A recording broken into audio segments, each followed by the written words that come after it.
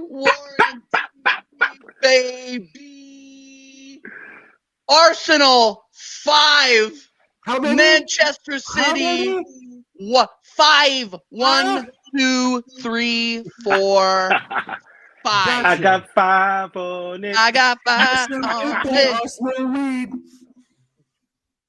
Manchester City 1. Bro, speechless.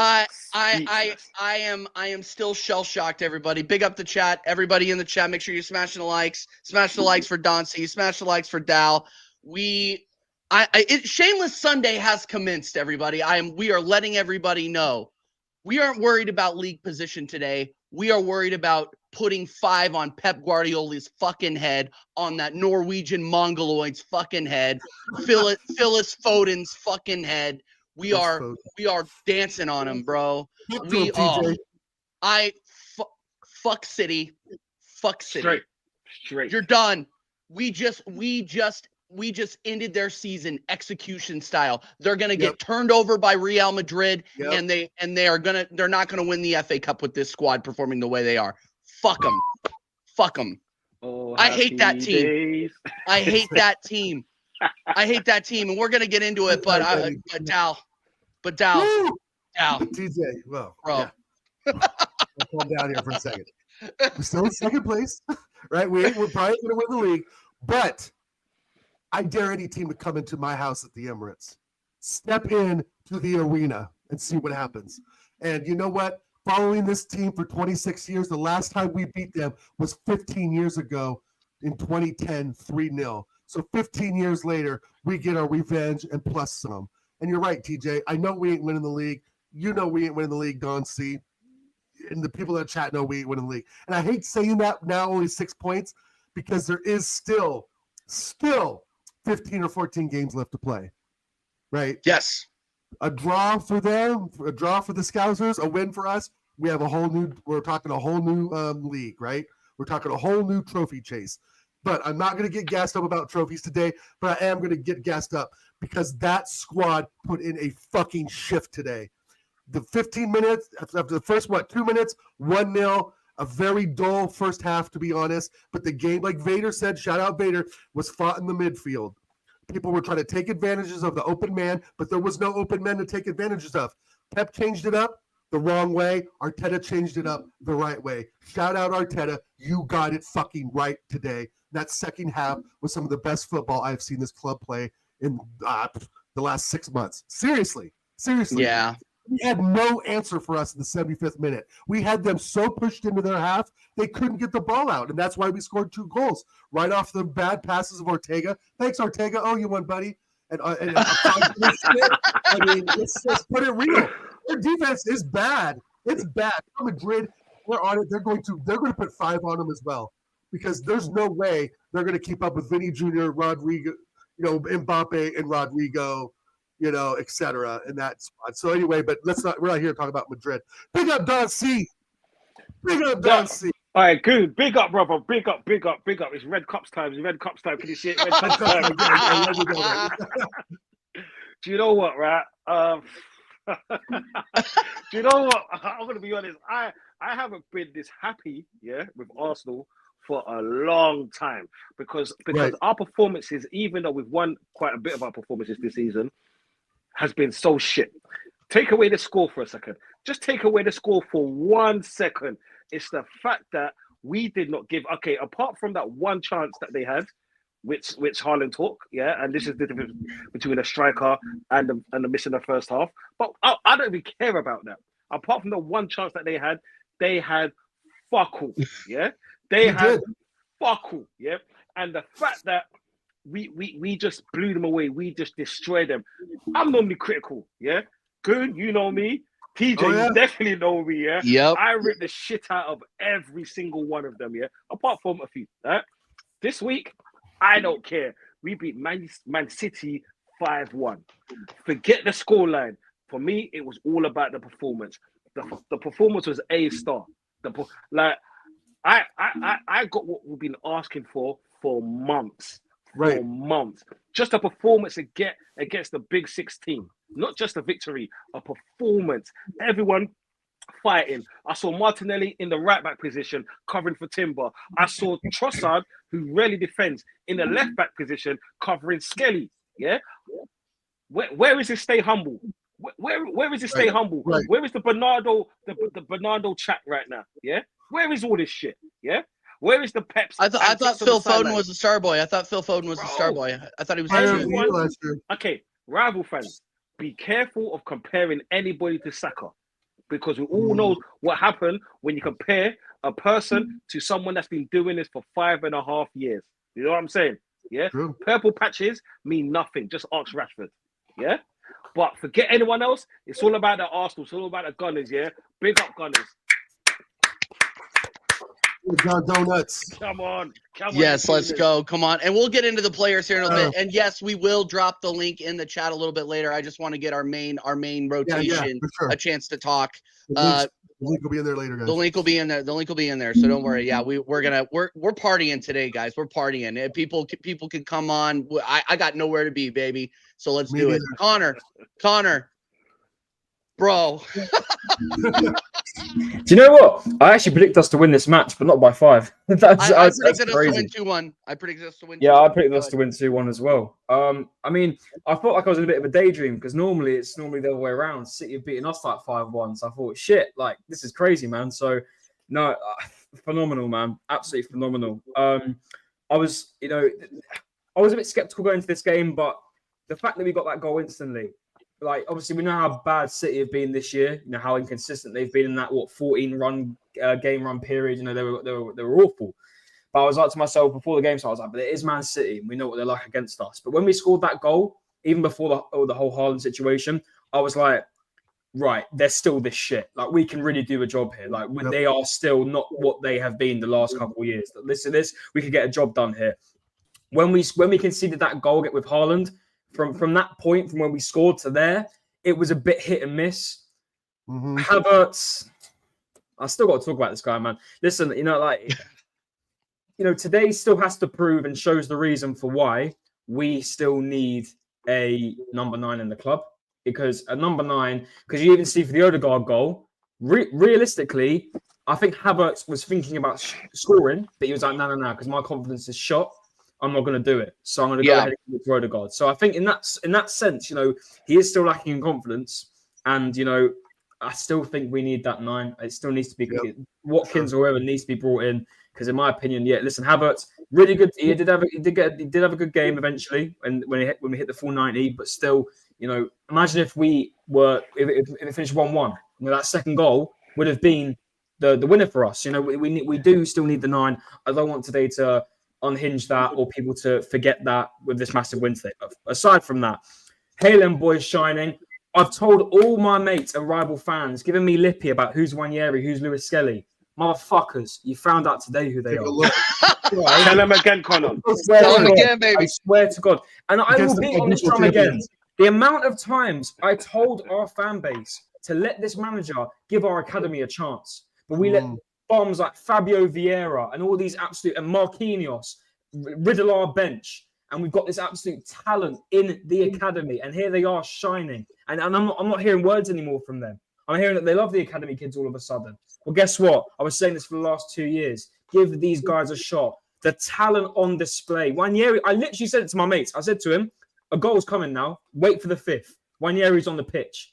Wait for this. And you know what? I was a bit pissed off that Arteta didn't start him, but I'm glad he didn't now. Because we did need that experience on the pitch today. Even though Wanyeri's been fantastic, we needed that experience. And Martinelli was fantastic today. And Trossard was absolutely fantastic today as well. Yep. Honestly, all over the pitch, 10 out of 10.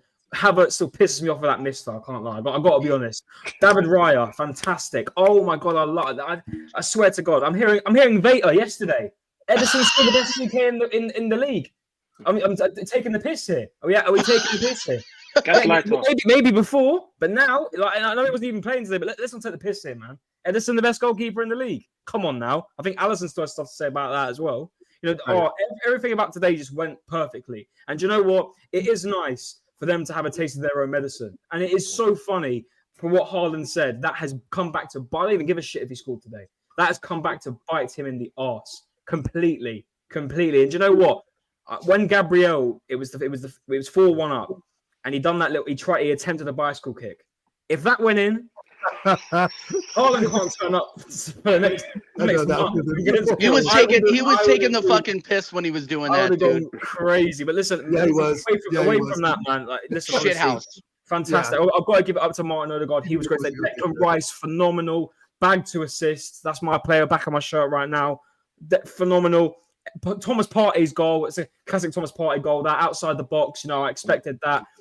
Honestly, fantastic. We showed up today. And we didn't even have no Bukayo Saka either. So I'm not having this about, but City have lost a couple of players as well. No. Look, we have one of our star players out. We don't have him in the team. One of our main creative outlets not in the team. And we just smashed 5 past you. I don't want to hear nothing from City fans. Nothing. I'm not hearing it. So phenomenal. And I couldn't be more happier. But there's a but. I love scoring 5 goals today. But can we do it when it really matters on Wednesday to get us to that cup final? Let's get us. And we were talking about it backstage, and I'm not getting too excited about it, but you have to think that this kind of momentum going into St. James Park and the form that Newcastle have been on lately, we can do it. So go do it. We haven't scored. I said this on the last show. We haven't scored at St. James Park since 2021. Crazy, we need to get it done. We need to get it done this time. No more fucking around. More fucking around. Get it done. And big up Ashaba for the super chat. She says, big up. But we still need a striker. I agree. I agree. This doesn't change any of that. Like, look, Kai Havertz, absolute stinker in the first half. Brutal in the first half. That I'm not going to give him a huge rating because he ended up scoring a goal at the end. Like, look, he played really well in the second half, but the entire team played well in the second half. That run from Martinelli and Havertz, great job. You're finally doing what this fan base has been asking you to do for the last 2 fucking years. So thank you for doing what you're supposed to do. So I'm not hearing it. Go out there, get Watkins, get somebody in the door in the next 24 hours. Please get somebody in the door the last 24 hours. I don't think it's going to happen, but it is what it is. We need to talk more about these Haaland boys, though. Lock them up now. Get them contracts now. You have your left back position locked up for the next 10 fucking years if you sign this kid now. Sign him now. Do a 7-year contract. I'm dead serious. Get this guy on a death row contract now. He is one of the best on-form left backs in the league, if not one of the best left backs in the league right now. Go and get it done. This kid is quality on the ball. He's not a defensive liability like we've had. He is the perfect profile for this fucking manager who I cannot say one bad word about today because he played it perfectly. It doesn't change my opinion on him, but today he gets his flowers. Incredibly managed game. Perfect starting 11. He didn't start Wanyeri. I was pissed off about that. But like Connor said, the wingers that came out today played. Martinelli, vintage Martinelli. That is the Martinelli we want. Trossard, veteran performance today. Cooking on that left side. He was the highlight of that first half. He was cooking everyone over there on the left. He sent Nunes everyone. There was one move he did. I swear to God, he sent Nunes 10 feet away from him. Yeah. He went this and cut back, and Nunes went sliding all the way back to Lisbon. Yeah, exactly. And now we have a right winger. We have a backup to Saka. We do. Go get us a striker now. Ethan Wanyeri, sign him up for a 7-year contract too. This kid is cold. He is so confident. It's insane. I don't remember Bukayo Saka being this confident. I don't remember it. This confidence that is from this kid has world-class potential. And he's so cold. He didn't even go mental at the goal. He just said, I've done my bit. Another fucking day. Another day.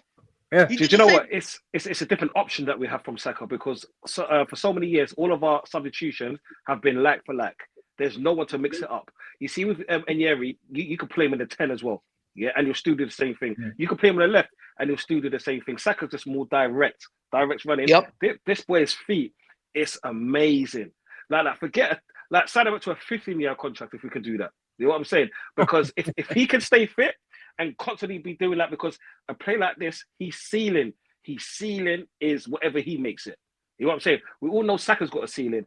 Just because Saka is more predictable. This boy, the way he turns, oh my. That goal today, oh my. You know what I'm saying? That you know what it is? I don't care if we finish second right now, because you know what it is at this point in time, because we are second, right? And coming up to Wednesday, I don't even want to talk about that. I should tell you why? Because of this performance. Just because of what we saw today. What we saw today, yeah, was the best 90 minutes this season. And to do it against City, it makes this win even more sweet. Oh, Jesus. I'm so happy. And for me, the man of the match, right?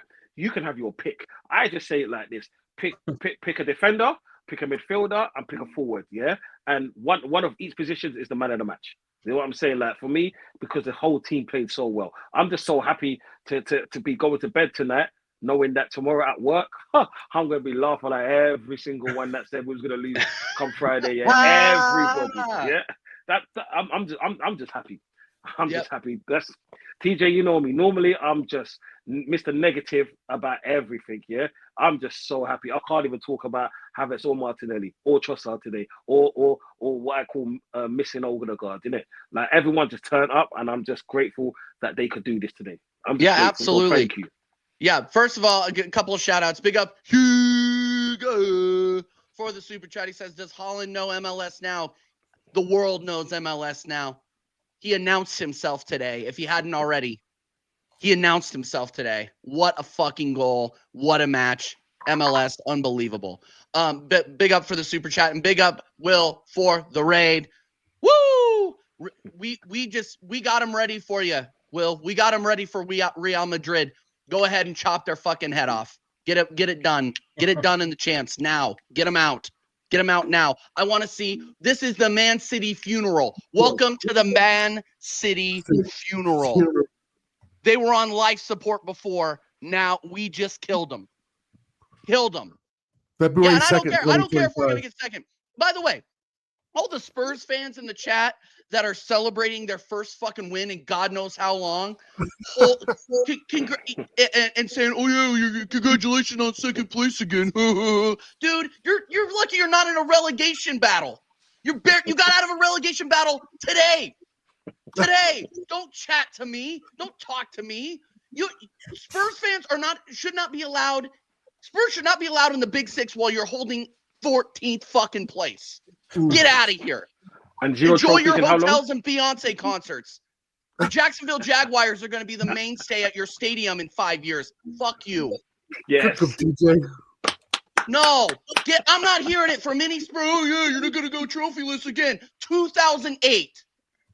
Hold that. You would think TJ's from Gillespie Road, mate. Dude, everybody can catch the smoke. I don't care. I realize that it's very unlikely we're going to win a trophy, but I am not hearing it. Fuck Man City. City has been absolutely a thorn in our side for the last 5 fucking years. This is so sweet. 5-1. Hold that. One goal for each year. Yeah, I think the highest they beat us though was a 4-1. I don't think they've ever scored 5 on us. I think it's Catfish in the Bottle Men. It's Catfish in the Bottle Men, Donna. And I would love to come to London for that. I love that band. That's a good band. Oh, sorry. All right. Dal, do you want to put the link in the chat? Yeah. Or okay. All right. I think I'll try. All right. I got it. I got it. All right, guys. So how this works is the 4 of us are gonna stay, but we're gonna let 2 people come on and have their say and rotate in and out. Does that sound good? Because when you get 9 people on, hi, Mrs. Don C. When you get no, that's my daughter. She's a big girl. Hi, Don C's daughter. God, now I feel like an asshole. Hello, wave to the world. Yes, we got. Yeah, so when it gets to be a little like 9 panels of 9 people, it gets out of control. So we're just gonna have 6 on. So feel free to come on and have your say. And when say his name and he appears, it's Macy. Big up. Macy. Yeah. Do you believe in Joe Hendry? What's up? What's up, man? Again, CJ. Yeah, I'm happy to be on again. What do you Good. what do you got for us, Glad Macy? you're What do you back. got, man? Honestly, I was flattered that we scored 5. Like, we've never ever scored 5 before. Seriously, like, man, the goals, like, we were absolutely cooking City apart. And Man City, for me, I think now they look like they don't care about the Premier League no more, because now that they're out of the title race, their only hope now is top 4, which unlikely they might get this season if they continue to put on a shit show like this. But first half, Yeah. we were poor, bro. Like, Odegaard, City basically let us score. Like, but They were giving the ball away for free. That's for sure. yeah, and Odegaard took his goal well, but all in all, he was shocking in that first half. And I said that Ethan should be getting chance after chance, because at least he can offer something for this team like no other player can. Because all Odegaard does, he basically gets the ball, takes one touch too many, and then he passes it back. Like, that's what he does. And the fact that we've given him the captaincy, that sums up the level of this football club, because we should be giving the captaincy to a player that is capable of leading this football team to victory. And the one person that should be our captain is Gabriel, because even though he was Agreed. at fault, because even though he was at fault for Haaland's goal, I didn't think he was that bad. I mean, at least he was commanding forward. At least he was telling the Arsenal team to wake up. Let's keep Man City's players like at bay. That's the mentality of a captain, not the guy that basically wipes his hair, wipes snot on his face, takes too many touches, and just like gallops forward. Like, that's not what a captain does. A captain should be someone that wants it, like that will do anything to get it, because that's what Gabriel wants to do. He wants to fight for that captaincy. He wants to be known. He wants to be the future captain, and I want this, and he should be our captain this season. So big up for the win once again, David Raya. A masterful performance from you today. You were keeping us in the game, like the saves that you made, bro. I was impressed with you. I mean, David Raya, for me, like, I was a bit vexed for him starting because of the fact that he was a doubt for the game. But for him to make those saves, I was absolutely impressed with him. So big up to him. Lewis Skelly, an absolute wonder goal that you scored. You, my friend, are the next big thing in Arsenal Football Club. As Brock Lesnar would call himself, the next big thing in the WWE. So Lewis Skelly is the next big thing at Arsenal. But I feel kind of bad for Skelly, because he nearly let Savio like jink past him, but he was able to read carefully. But I mean, Skelly can't like do all of the hard work by himself. The players need to be helping him, because he can't like do all the hard work himself. He's still a young kid, and all the players around him need to be cooperating with him, because he's still like learning on how to adapt to a new life in the Premier League. And I praise him for that. And Macy, do you think that Gabrielle is helping Miles Skelly a bit? I think Gabrielle. I mean, Gabriel is on Lewis Skelly's position in the left, because of the fact that Saliba is on Timber's position at right. So Gabriel has to cover for Skelly's position at left. And big up to Gabriel for helping Skelly. Right, yeah. Tell him to move up. Yeah. Yeah. You can see him talking to him and pointing at the field to have Skelly move up, further on that left side. You can see Gabriel pointing to where he wanted him to be. And who was your man of the match today, Macy? Yeah. Who was your man of the match today? And there's one more player that I would like to point out, and and I'm going to call out this guy, and his name is the Chelsea German Giraffe. First half, you were crap, bro. Like, what? Like, the amount of times Martinelli was trying to cross the ball to you, you didn't even like rise up and head the ball straight on target. And the second chance that you had, Declan Rice laid it to you on the plate. You took a touch, but you blasted it wide. That is why I cannot stand that giraffe. And the fact that he has got 280 grand sums it all up for me. I really, really want a striker at this football club. And the fact that Arteta, the fact that every time a journalist asks him a simple question, Arteta, do you really, really need a striker to like create something for you? But then Arteta just does this. Next question. Like, it's like he's afraid to ask them if he wants a striker or not. Like the guy, I mean, Arteta, like he really needs to start saying to himself, if he wants a striker, cool, get one. But if you don't want a striker, fine, stick with Havertz then. It's just for me, like Kai Havertz today, the goal that he scored, good for him. But all in all, I wasn't really impressed with his performance and Odegaard's performance. But the person that I would give man of the match to, it has to be David Raya for me. He absolutely like kept us in the game. So big up to David Raya. Yeah. Big up Macy coming on and cooking again. Another day that ends in Y. We got 2 more people in the back, baby. And speaking of things that end in Y, we got Rizzy making his debut on the channel. Big up Rizzy every single time. And then we got Trent. How do I say this? Tryan. We're in the same group. We're in the same group chats together. But big up my guy. I'm happy to meet you in person. Rizzy. Yo, big up. Tell me what's good, man. Tell me what's good. Panel. Big up the chat. Dancy. You know, bro. Big up TJ, all the other guys. Yeah. I used to pray for times like this. Mick Mills. I used to pray for times like this, bro. But yeah, like this is what I want to see, bro. Like score these goals, take your chances. Big up the youngsters. Arteta, play the guys, bro. They already play the guys. Waneri just came on and put the icing on the cake, bro. Bro. Lewis Kelly, bro. The dude, bro, he didn't put a foot wrong today. Hit the all-in celebration. Bro. that was so that was insane, bro.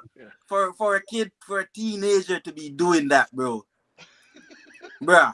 The moment and Havertz, bro. What this guy, when it's the important goals, yeah, you got a goal, but the important goals that you should be scoring, you're not scoring. The moment he missed that chance, I had flashbacks to the Man U game in the FA Cup. I was like, the important goals, bro, you need to be burying those, bro. Right. They put out a bid for Havertz the other day. Too little, too late. They did the same shit like 2 seasons ago with Douglas Luiz. 2 or 1 day left in the transfer window. Villa know the games we playing. Oh, you mean bruh, if you wanted the guy, go and get the guy from the first week in January. No messing about. Well, no messing about. When they're telling us, Rizzy, that there's Watkins is a player we admire. Well, why didn't you go get him in the summer? Like, bro. You're talking about not the right profile. Not the right profile. Just bring somebody in, bro. Right. Just bring somebody in right now. He's too old, guys. That's all I'm saying. But I'm glad we won this game. We dominated the midfield. Party was doing his thing. He brought the party special out. Yep. Yeah. We haven't seen one of those in a while. Yeah. Odegaard. Backyard. Odegaard, I wasn't overall impressed with him, but I'm glad he got a goal. And I hope this team can build on this. Just build on this. Bro. Facts. Like, if this can't motivate them to, like, I heard you earlier talking about the new going to St. James Park. Bro, we owe Newcastle one. They've been getting over on us in the league for the last 2 seasons. They stuffed us 2-0. We need to go up there and make a statement. if they can't get motivation from this game today, I don't know what's gonna do it, bro. 100%. 100%. All right, we got one more guy in the back. Macy, we're gonna rotate you out, my guy. Thank you so much for coming on. Big up, TJ. Great to be on your show again. Yep, we'll have you back on soon, my guy. We'll talk to you later. All right. Yeah, don't worry, TJ. I will be back, man. Big Yeah, up. big up. Absolutely. Big up, Absolutely. Big up, Macy. Every single time. Now we got the returning champion in the back waiting. We got Ozzy in the back, baby. We got What's Ozzy. happening, Big up people? Ozzy, my guy. Big up What's Ozzy. All right. Tronian, have your say, my guy. I know this guy. Oh, hold on before you get going. Carefree Lewis raid, everybody. Big up Carefree Big up Lewis Lewis. every Big up single Lewis. time, my guy. He's a Chelsea fraud, but yeah, I'm too happy to even call it out. What a guy. Big up Lewis every single time. Absolute legend. Thanks for the raid, my guy. Thanks for the raid. All right. Have your say, my guy. Go for it. You've been the positive guy, and you deserve this. You deserve this, guy. What can I say? It's a great win. First off, it's a great win. I don't really want to be a negative person. It's, I hate being negative. I'd rather be positive. So we'll just talk about the positives. Martin Odegaard, he showed up in a big game. He did show up today. People have been saying this guy never shows up. Yada yada, and showed up today. That's what we expect from a captain, right? That's fantastic performance from him. He didn't put a foot wrong, in my opinion. Neither did his partner Declan Rice. Again, another reason why he's 100 million. Shows it every week. The best midfielder in the world, this season at least, in my opinion, best midfielder in the world. Martinelli and Trossard. I know a lot of people were saying why didn't Waneri start, but it worked out in the end, right? Martinelli got his assist. Right, he got an assist. Trossard didn't get an assist, but he was cooking Mateus Nunes. Let's not get it twisted. That guy was on skates all game. Yeah, him on toast. He was, and Mateus Nunes couldn't get near him. He needed Foden to come help him. And Foden, let's not talk about that. Foden was playing for us today, bro. He was playing for us. Transfer window still open. Double agent Foden. Bro, he was auditioning. Bro, he's awful. How did this guy scam a player of the year? He's not even the third best player at his team. Like Haaland, De Bruyne, Rodri are all better than this guy. But, since he's English, they're all getting paid. Oh, yeah. But, this guy doesn't have to do anything. He does one little turn. Wow, best player ever. Saka and Palmer have to do so much just to get, they're good, but, they're not Foden. Waneri showed this guy levels today, by the way. Waneri, a teenager, coming on in the 85th and scoring. It's crazy, man. That's my guy right there. Waneri, better than Foden. Telling you. It's not star on that guy. He's awful. Haaland got his goal, but then Lewis Skelly showed him up 2 minutes later. 2 minutes later, just showed him up. Like, hello, I am here, and hit his celebration, snatched his chain. Spooky. But we needed this. We needed this one. We desperately needed this one. There's been so much, negativity, and it's doom and gloom. This is what we needed. Now we need an attacker, desperately. I'm on my knees for an attacker right now because this is, Mateus Tell is not going to Manchester United anymore. We're probably gonna buy him. I'm just letting you know. That was just announced like an hour ago. Guess what? We scored 5 goals and not one set piece. Yeah. True. Set piece FC. What are we doing, guys? Strange, isn't it? Good call, man. I don't recognize my team anymore. We're not set piece FC. No more Stoke Star. Yeah, we're not Stoke, guys. Come on. No, we had a great game. Everyone can't even put a fault wrong with anyone. Even who's your man of the match, Trayon? David Raya. David Raya is my man of the match. Okay. All right. There's a lot of two for David Raya. Rizzy, who was your man of the match? I'm giving it to MLS, bro. I There's so many like people you what can go with, Raya but did, Raya but kept us. It I- can go I to don't like know. 3 or 4 players, in my opinion. I don't know about you guys, but sometimes Raya winds me up, bro. He takes too long on the ball. Like, get it up the pitch, bro. That's how Yeah. he gets instructions, and he does Sure. it well. So I mean, I don't have a problem with it because he's a great goalkeeper with the ball at his feet. So Hey, never- fairs. Ozzy, Yo. Ozzy, I agree with your subtitle under your name there. I agree 110%. Bro, tell us how you're feeling, man. Tell us how you're feeling. You know what it is? It's almost like it ain't fully sunk in for me yet. I'm still like surprised. I knew that. I'm still like, yeah, we won, but like, I still don't have like that euphoria of like everyone's so excited. It's almost like I don't know. It's a bit of a crazy one because how can I say it? You know, big up your positivity. You know, yesterday, TJ man, you said yeah we're gonna win. Orlando is a bit, and I get it. I was the same. You know what I'm saying? I was like we won. I said I don't know who 1. Orlando is, but okay. I was like 1-1. I'm calling you Orlando Maybe. Goon from now on. I don't give a Fair fuck. enough. You look like you're Orlando, from Orlando in those sunglasses, bro. Hey, I'm You just look like loving you're the from beginning of the Orlando. game today. I don't know. I Let thought us he finish, changed state. TJ, for fuck's sake. He didn't change state. Oh. Yeah, but you know. Sorry. Yeah. That's fucking hilarious. No, keep going. Ozzy, TJ didn't mean to interrupt you. I didn't mean to interrupt. Sorry. No, it's cool. Yeah, I'm still kind of a little bit in shock, but man, it's so good. It's so good just to beat City, you know, just to be like for at least till the next game, you're like thank God. Ozzy, Yeah. let me ask You know, something.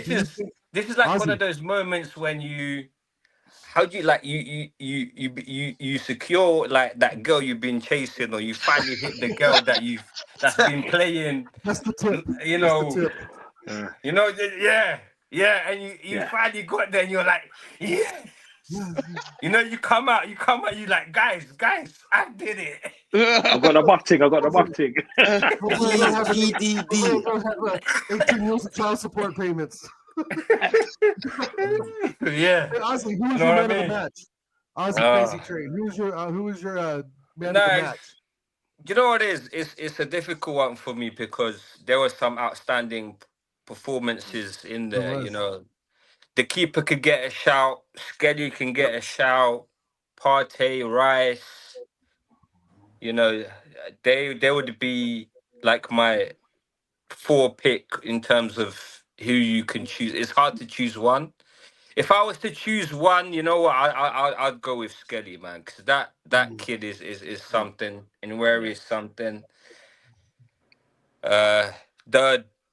The only negative for me today is that lanky giraffe up front. I'm sorry, even though he scored, man, that guy kills the momentum. He killed so many attacks for us today, man. He missed his chance. On the 37th minute, again, he gets the ball to run forward and he turns around and he passes it back. Again, on the 40th minute, Rice is open on the edge of the box. He doesn't give it to him. Skelly gave him the pass to run through so many times and he don't run through. Mhm. That's my only negative. I'm not gonna go into it. I don't want to be negative. Let's not be negative. But We could take one only- day off. We could take one day off. Yeah. Today is Sunday after all. That guy, you know, if we had half a decent striker up front, not even like an Isaac or a Haaland, you know, a half decent one, we would have scored a few more goals today. But on the whole, I even saw like Martinelli playing well. Trossard was up for it today.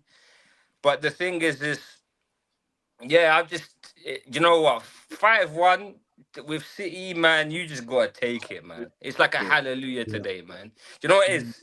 It's like it's like, how can I compare it? You know, like that big kid that always like takes your lunch money.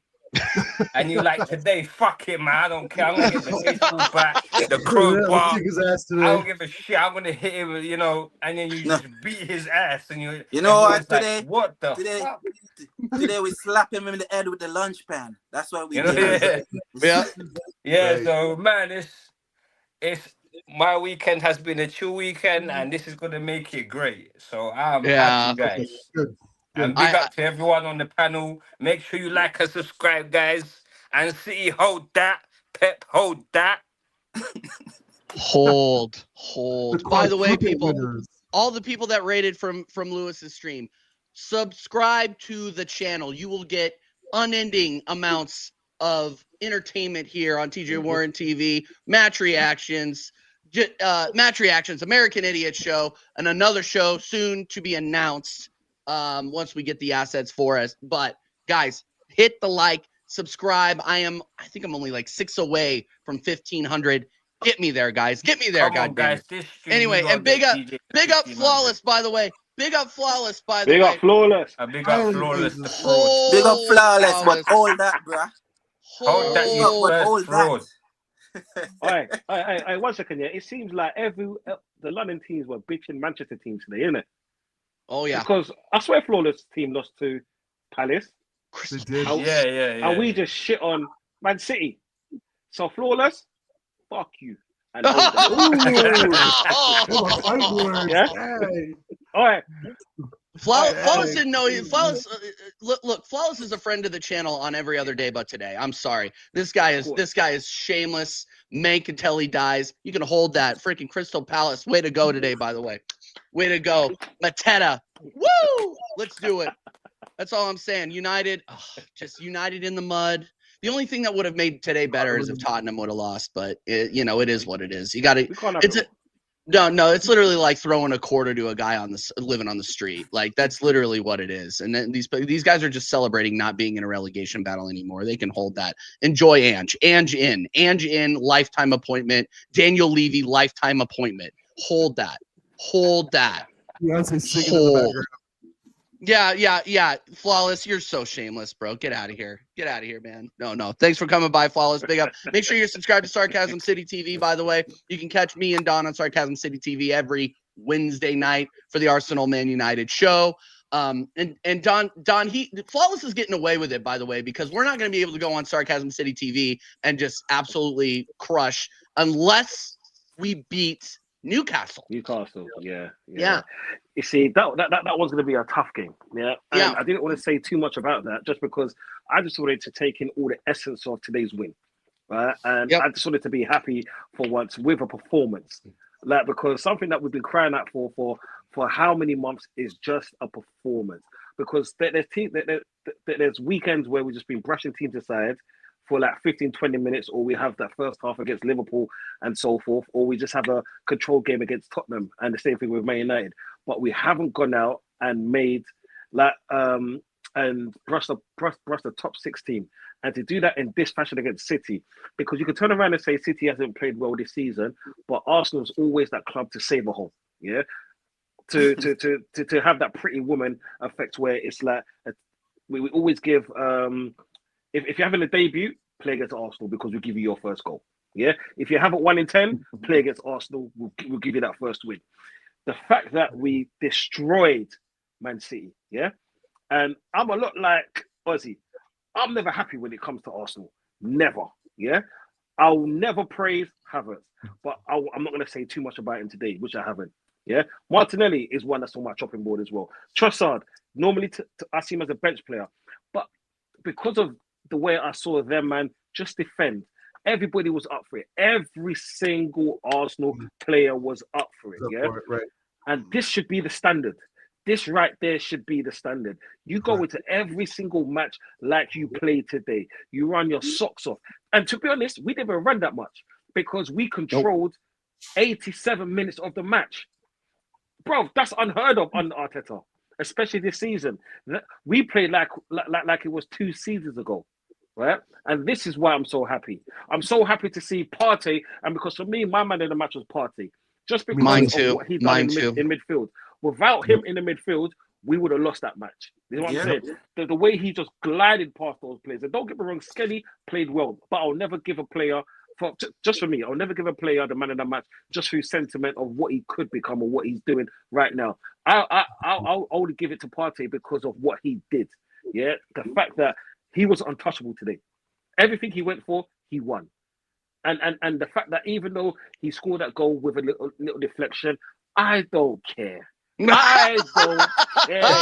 I'm shameless. Yeah, I don't care. I'm so happy that he scored. I'm so happy that Skelly scored. I'm so happy that Havertz scored ish. Yeah, like if if Gabriel scored that overhead kick, do you know what?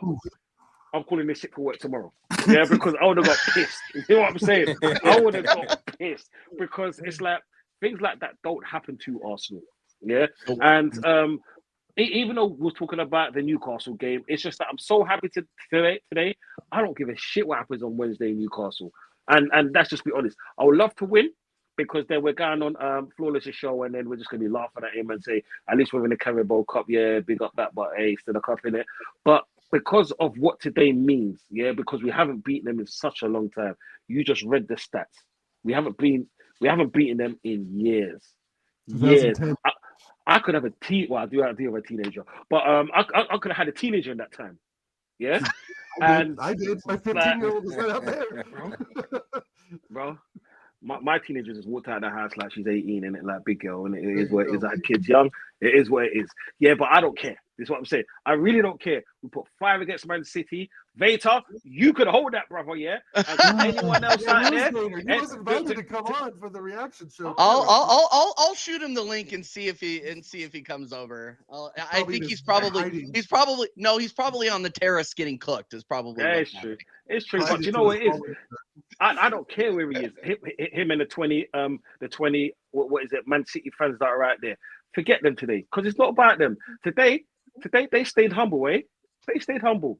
And do you know what it is? For me, my moment of the match is Skelly. When he scored that goal, that's trolling on another level.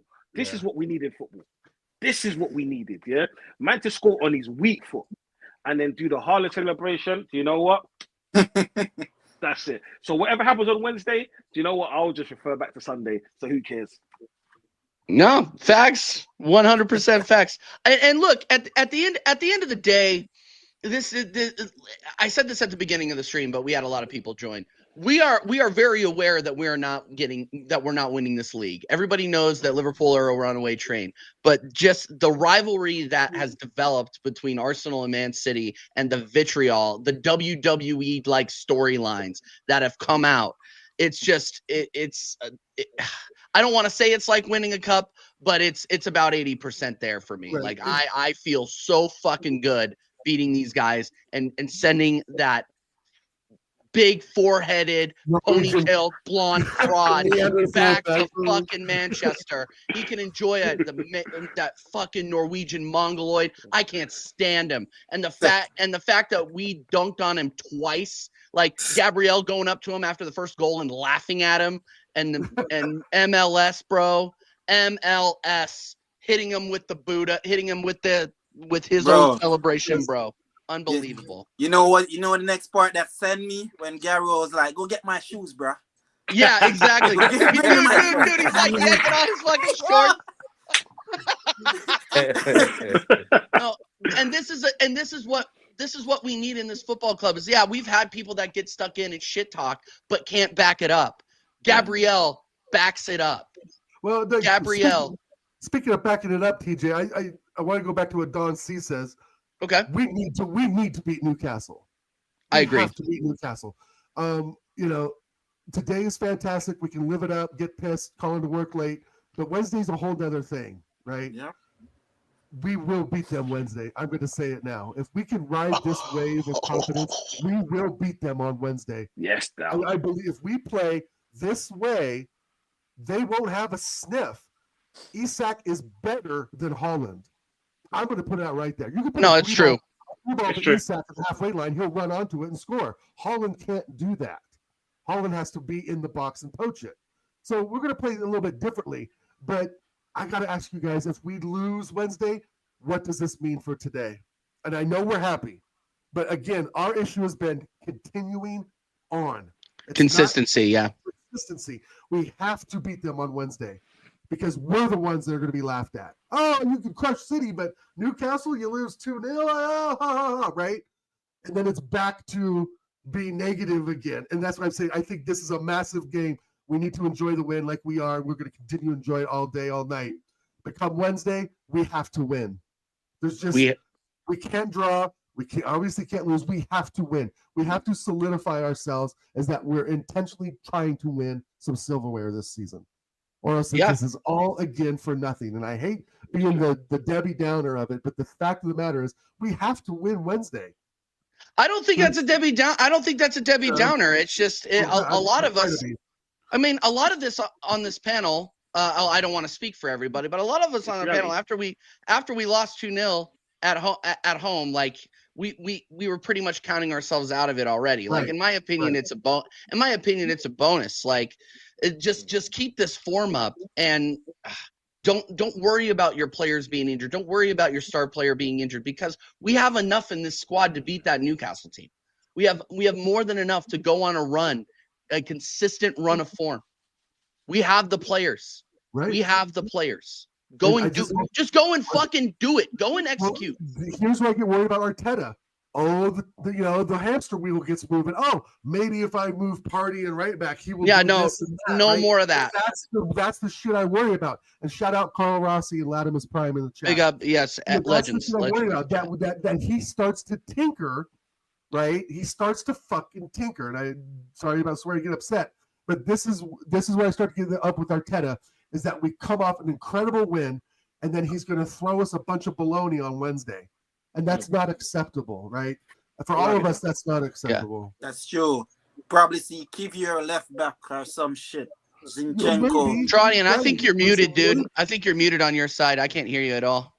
Yeah, sorry, I hit my button on my... It's all good. It's all good. I play the exact same way on Wednesday. I can't lie. Same team. Yeah. Barring like a freak injury. Yeah, 100%. Same energy. We need to play the same. Yeah, same. I think we're playing the. I mean, I know he loves to be Mr. Tinkerman, but I know he's like, okay, this is 5-1. Why change it? Right. He's not unless there's like a, God forbid, an MLS injury or something. He's gonna play the exact same way. Hopefully. Let's hope so, bro. Let's hope so. Because if I see Thomas Partey at right back, I'm gonna throw my controller at the TV. That's bro, if I see Zinchenko, I'm never watching it. I'll tell you this now. Yeah. Even then, you won't. It'd be Calafiori, not Zinchenko. Just saying. Right. I think Zinchenko is finally done at the squad. He's off the Inter. Yeah, that guy's finished. Oh, thank God. Finished. It's gonna be. He's still off to Inter, right? Isn't Inter the one that's interested? There's two players. There's two players at this club that might leave this summer, which I would like to see get at least one more season. That's Partey and that's Tierney. Yeah. I want those two players to stay. Tierney's Zinchenko can fuck off. Yeah, Tierney's already gone, unfortunately. Calafiori can be there as backup. Yeah. Did you hear Rizzy? Tierney's already going back to Celtic, Rizzy. I don't know. Yeah, he is. Yeah, it's agreed, I think. Do you know what it is? I want Tierney to go. I want Partey to stay for one more season, but Tierney, I want him to go because Arteta will never play. Right? Yeah. And Tierney has been such a good servant, even off the bench since he's been at Arsenal. He deserves to go back while he still can play and do stuff for Celtic, for the club we grew up on. So, like, all the best to him, I guess. Good servant. But he's going to go there and win a trophy, Don. Come on. Yeah. He's going to go there and win the Scottish Cup. I mean, we can see that Arteta and Tierney just did not click together. There's something about his gameplay that Arteta just doesn't really rate in his system, right? That's why he's more of a wingback. He's more of a wingback than instead of a what he straight wants. left back. Yeah, but he's the best cross off the ball. Oh yeah, of course, but he's a very limited. That's why MLS and Calafiori play over him. And that's why when he plays left wing because he can cross the ball. Right, really and any player can really kind of do that, right? At the end of the day, I think Tierney brought that, that rugged, tuck your shirt in, old school footballer mentality, but that's not what Arteta wants. Right? That's just not what he wants. Right, he's similar to Aubameyang. Aubameyang was flash. Kieran Tierney's not, but Arteta wants somewhere in the middle, right? He wants somewhere in the middle. And Skelly's the one. He deserves the position. I think right now he's better than Kieran Tierney, right? Yeah. Big up Highbury's local Badger every single time. The Badger is here. We got legends in the chat. Make sure that you guys are smashing the likes up, people. Make sure we're smashing the likes up. Dow, did you still want to do ratings? Sure, we can do ratings real quick. We'll do ratings. We can do ratings because it's a fucking happy time right now, and we'll just keep these guys. We'll just keep these guys on a little bit longer. So we'll go ahead and start with David Raya. A lot of you guys are already saying that he was your man of the match. So Dow, what do you got for David Raya? Let's go around. 9. Yeah. I'm gonna give him. I'm gonna give him an 8, and here's why. Because I'm gonna give 9s, and I'm gonna give 1 10. Yeah. So like I don't want to cheapen the 9s because there's like 3 of them. So that's where I'm at. 8 from David Raya. Incredible save on the corner. Kept us in when the game was still a little bit wonky at the end of the first half. I don't think we controlled a lot of the game, and when we didn't, or 20% of the game, we weren't in complete control. Yeah. Like I'm gonna say that during that 20%, Raya was superb. He was exactly what we needed. Yeah. I'm going to give him an 8, but it's a strong 8. 8.5. 8.5. Don C, what do you got? I'll give him an 8. Yeah. It's basically the same thing. Just because for me, because he didn't have much to do, which is not his fault. Yeah. Yeah. But I'll just give him an 8 because I'm not trying to put a down on anything. 8. 8. Rizzy. 8, bro. Oof. Take too much time on the ball for me. That's a good point. All right, Tranian. As he's my man of the match, 9.5. 9.5. All right. Hey, fair. And then Ozzy. 8.5. Yeah. Yeah, I mean, he kind of kept us in the game. First half. We should have been 2-1 down. If it was Ramsdale instead of Raya, oh, dude, don't even bring it up. Easily. Yeah, he kept. Nah. That's the problem. Raya is like a top professional, and doesn't have TikTok brain, so he's like locked in the entire game, and that's what we need from a top class goalkeeper. So, yeah, I mean the save for the corner, the other save from Savinho kept us in the game. Their pivotal moments. So 8. Yeah, I would have given him like a 9 or a 9.5 if he didn't concede the goal and take too much time on the ball. Yeah, that's the only like little sort of negative things I can say about him. But overall, 8.5. Yeah. No facts. Okay. All right. Miles Lewis Skelly. Dal. 8. Yeah. He gets a 9 for me. He was incredible today. And he gets I was gonna give him an 8.5, but he gets a 0.5 for hitting that celebration. He gets a 9 for me today. This kid is one for the future. We are very, very lucky to have this kid and to have him on the form that he is on. I just hope that he continues this form because we have found our left back, people. We found him. Don C. Yeah, for the fact that he played so well, the way he was taken on players was amazing. He scores a goal, he hits that celebration. So I'll give him a 9 as well, man, because he was just immense. He was amazing. And the fact that the age that he is, and he played against this City side, and the thing is, you'll never know that he's the novice compared to the players he played against. Right. You'll never know. Yeah. Right? You know what I'm saying? So I'll give him a 9 and may keep his performances up. Yeah, and people aren't bringing his age up, by the way. Just saying. Right. A lot of people aren't bringing his age up because he's big enough. He gets stuck in. He's a shithouser. He is an Arsenal footballer. Rizzy, what do you got? I'm gonna go with 9.5, bro. Yeah, his overall performance. He never put a foot wrong, as I said before. The way he defends when he gets the ball, he's always looking to go forward, not back.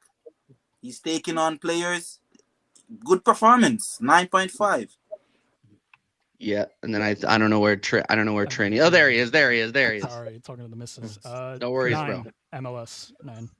Yeah. Lockdown Foden. automatic world class player for me. What a player! And then the goal and the celebration. Hold that, man. 9 has to be a 9. If it wasn't for Raya heroics, I'd say he was the man of the match. Yeah. All right. Fairs. Ozzy. 9.5 for me.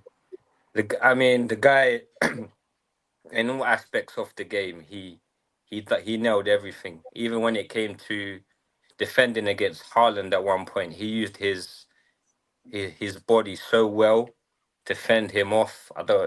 I think few people might have missed that, to be honest, but he dealt with it. There was one time where he just like shoved himself into him. He said, "Nah, you ain't getting that ball." And then we got And a free kick off that. the guy defending the well against Foden, the guy was attacking, the guy scored. I don't think you can ask more from a left back in this game. So 9.5 for me. Yeah. Facts. He was absolutely unbelievable. Yeah. Gabrielle. Dow? 8.5. Yeah. Just, I don't know. That's just phenomenal. He's my captain. Yeah. Not much else to say. I mean, Saliba's the one that got pushed off for the header. So, Gabrielle, I think, may have missed it or something must get in his head. But let's just be real. Gabrielle's the leader of that club.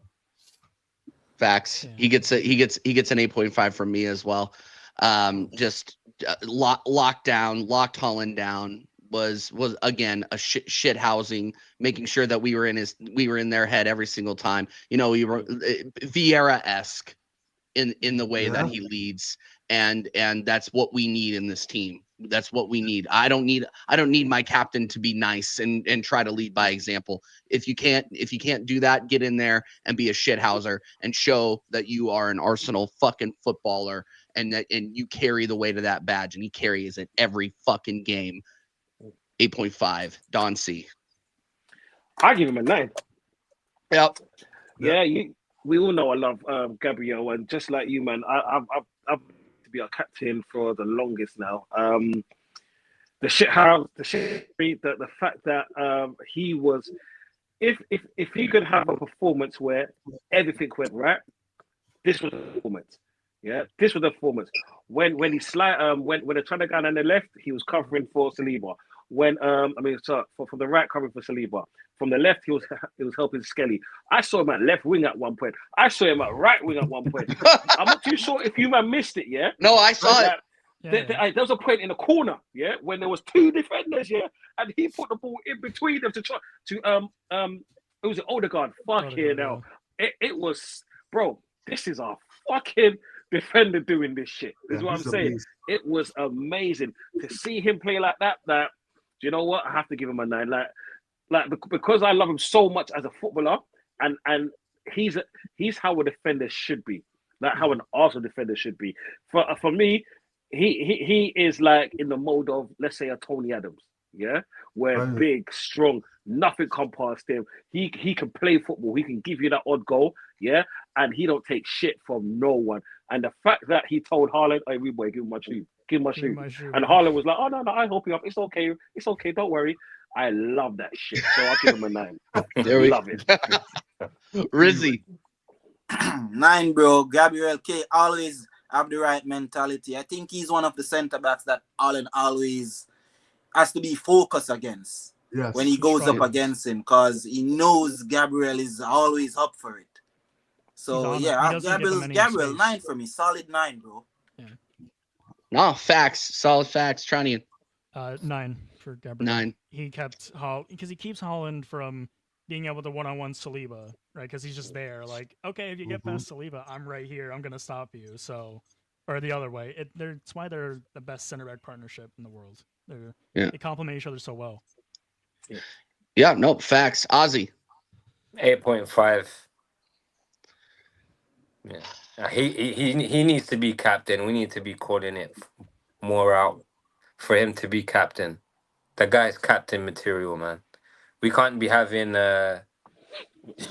Stuart Little with his hair flicks being captain in this team, man. But yeah.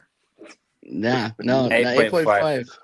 Yeah, he's a captain, man. And look, he's my captain. I don't know about Stuart Little, but he's my captain. Stuart Little. All right. Saliba. Dal? 8.5. Oh. Rolls Royce. No, Saliba, as you guys know, is the quiet one of the two, right? He just does his job. He's quiet, right? He doesn't seem that vocal. But 8.5, because, I mean, there was times he had the ball just rolling on top of his foot, evading the forwards. I mean, he was just like moving the ball away from us, like running in circles. Yep. I don't know if this was Saliba's best game because he did get pushed out for that goal.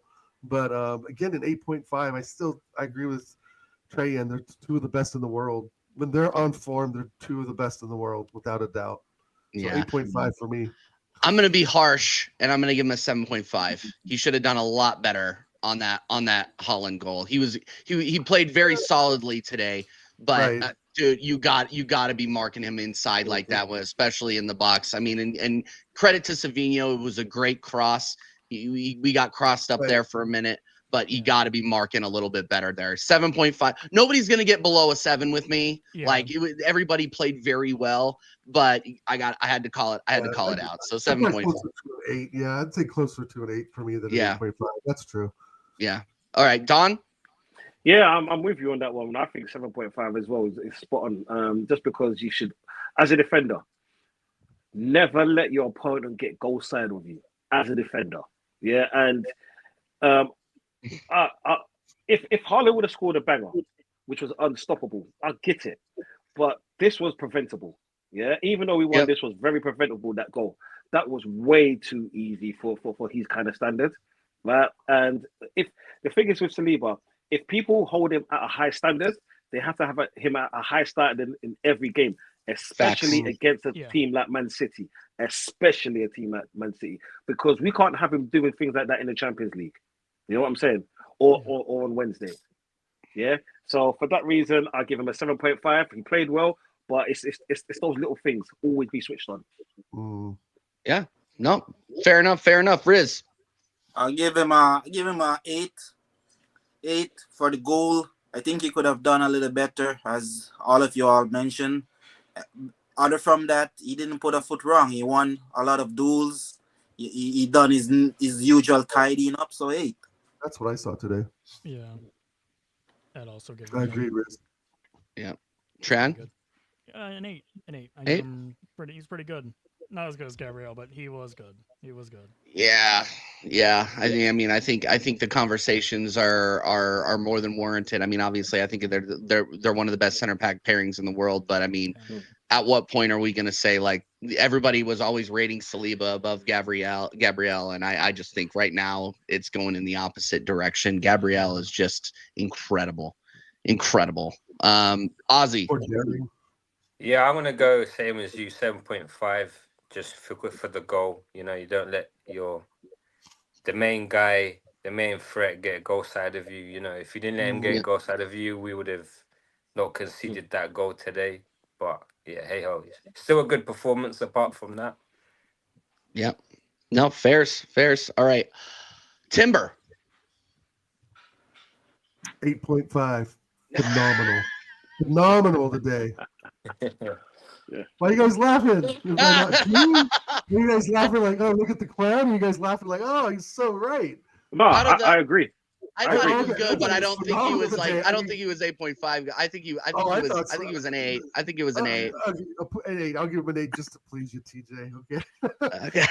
No, it's your rating. I don't give a shit. It's your rating. I thought he was just up and down the pitch. He was inverted when he had to be. He was physical. I mean, I thought all 4 of them in the back line today were like 8s and 8.5s. Right. I gave Ray a 9 because he did keep us in it. That Savinho save was incredible. But I thought Timber, I mean, some of my ratings too go back, right? I don't just use this game sometimes, but I know I should. Right. But he is very, very good. Just the way his positioning is spot on. Again, we've had issues at left back with Zinchenko going way too far up front and not defending, right? Yeah. We've had issues with Thomas Partey at right back, not knowing exactly where to be at times. And he did, lose out to that goal to Danjuma, right? So you put some of that into perspective. Timber is the man. he's creating stuff. He's inverting when he should be, but he's not inverting so far where he can't get back. Goals aren't really scored on his side that much. It's mostly central, right? You know, Saliba, Gabriel, there's a mix-up. I just think, fuck, man, an 8.5. I thought he was fantastic today. Or I can go an 8 too. I'll go with that. I'll go with an 8, and Hugo. An 8's fair. I think sometimes it goes a little bit. What's the word I'm looking for? A little bit under the radar. Sometimes the Timber. You know, I don't know if you guys think that or not, but I think sometimes he does go a bit under the radar. Well, no, I agree with you, and I agree with what Carl Rossi's saying in the chat. Timber was good, Mr. Consistent. It's long to think if he was fit last season. I don't even want to think about that because I'll get depressed again. We could have won the league last season, I think, maybe with the fit Timber. I don't know, but he is Mr. Consistent. Exactly, Rossi. That's the word I was looking for. Yep, Don. Yeah, do you know? I'll give him an 8. The only reason why I'll give him an 8 is because he said he's been consistent all season. He's not flashy. He's going to make those little runs. He's going to be full of energy. It's going to be very hard for a person to pass him. And today, he actually didn't really do much. Yeah, and that's not his fault. It's because they were targeting Skelly. Right? Yeah. And because of that, I can't really say he played well or he didn't. He was just consistent. Yeah, and yeah, hey, I was happy with his performance. Yeah, Riz. Yeah, bro. I'm gonna say 7.5. Reason being, I think if that was fucking Anthony Taylor or Michael Oliver, they probably got a red today. I'm not here to blame no ref, but if you guys remember, he kicked the ball away. I thought when the ref was coming, he was gonna get a card, and then after that, he put in a challenge and got a card. If we were one of those shady fucking refs, they would find a way to give that guy a second yellow or some shit. Yeah. So I'm just giving him, and he was getting, and I don't know if it was the occasion, but he wasn't really settled in the first half to me. So I'd give him 7.5. Yeah. But he's a baller. Yeah, he is a baller, 100%. I think, again, consistency. Go ahead, Tradian. I'd say also a 7.5, just because of the first half. He was a little shaky against Savinho, and I got the yellow, and I was like scared because PTSD of what happened at the Etihad, where Trossard got a freak yellow we'll never see again. Facts. And I was scared that he was going to get sent because the ref was good. I'm not even going to blame the ref. It was even the right call for the yellow. But it's 7.5. But the fact that he's this good when he came back from an ACL, right? Man, so good. Yeah, facts. Ozzy. Yeah, 7.5. Just because that 5-10 minutes he was a bit unsettled. He got the yellow early. I was thinking, this might be a bit of a could potentially be like a banana skin, but luckily he wasn't. After he got settled, man, he done his job to a T. So yeah. I'm happy that one reckless tackle that he didn't kind of cost us or cost him in any way. Because at first I was thinking this might be a bit of a banana skin, but we was good. This is big up Yeti in the chat. Sorry, this is. Yeah. Go and subscribe to Yeti. Yeti's link is in the chat, people. So go and subscribe to Yeti. Oh my days, Daniel, don't put fake transfer rumors in. Is to land in Brazil in June? Okay, so he's going in June. It doesn't matter now. That doesn't shock me. I think this wasn't new news, but big up Daniel. I don't think this was new news. Big up Tony Claude in the chat, by the way. Big up Tony Claude Gunner in the chat every single time. Go and subscribe to Tony. You can catch me, Tony, and Don on with that flawless. I'm just going to call him fraudless now. And every single Wednesday. You don't have the answers. Do you have the answer? You don't. See, that's you catch that every single time. We get into it. Where's the justice? Tony Claude Gunner every single time. Where's the justice? All right. I love it. Yes. I'm gonna Next go party. Rice, party. party. 10, baby, my man of the match. That second goal, bro. I was jumping up and down. Yes, my son sitting right here playing Fortnite. I was yelling like a fucking banshee, bro. Because that goal came exactly right after Holland's. Exactly a minute later, right? 2 minutes later. Yeah, I don't know where. 2-1. I mean, to me, that was like the wrap. You could see their whole emotions just hit the floor when that goal went in. City absolutely shit themselves when that goal went in. Because I think at 1-1, they thought, man, hey, we're going to sneak this. You could see them building in confidence. And then it took 2 minutes for Party. Bosh, my man of the match. Incredible goal. And he was all over them defensively. No one got a sniff in the middle of the park. No one. And he was just immense today. And Rice was fantastic. Odegaard better than average. But I know we're talking about Party. But Party, bam, my man of the match, 10. Flawless performance today. Yeah. Hold that, Scullix. Hold that, Scullix. By the way, hold it. Dallas Mavericks. They are shit. They are shit. And they gave away their best player, a generational player. Enjoy that. 25 years old. To LeBron. Unbelievable. Sell the team in my Mark Cuban. Sell the team. Dallas. AD. Anthony Davis went to Dallas. Doncic went the other way. Oh, no shit. Oh, yeah, it's crazy. It was crazy. Bro, it was so bad. Everyone thought the person that reported Shams, they thought he was hacked. That's how bad it was. Like, what? Bro, it's like giving up Messi for who did the Portland Trailblazers get? We got 4 wins in a row. Let's go. Anyway, wrong sport. Oh my God, wrong sport. Okay, let's get back to the football. Thomas Partey gets a 10 for me today. He was absolutely incredible on the ball. There when he needed he was there when we needed him the most. I mean, I don't think he put a foot wrong today. Defensively sound, incredible goal. Just like Dal said it all already. I mean, the guy absolutely bossed the midfield today and scored when we needed him to. I mean, just there's not enough I could say. I'm just going to leave it to Don. 10 out of 10, man of the match performance for me. Yeah, I'm the same as you two, man. It's my man of the match, and I'll give him, if I could give him a 20 or a 16 out of 10, I'll do that. So I can only give him a 10. Yeah. He played so well. He in midfield, right? Him in midfield, yeah, just reminded me of Vieira being in midfield. Untouchable today. Yeah, no one could tackle him. Yeah, all his passes. I'll love to see the stats of him today. All right, the fact that Haaland scored, and just like you said, a few minutes later he came up with that clutch moment. Yeah, football's about clutch moments. If he didn't get that goal, it could have been different. Yeah, because City could have grown into that game. Just look at what they did to Chelsea last week. Right, he came up with that goal. I don't care if it's a deflection. I'm shameless. I'll fucking take it to the bank and check that cash. That's what I'm saying. So John Stones, by the way. Yeah, of John Stones, yeah. The generational talent. Yeah, okay. That guy's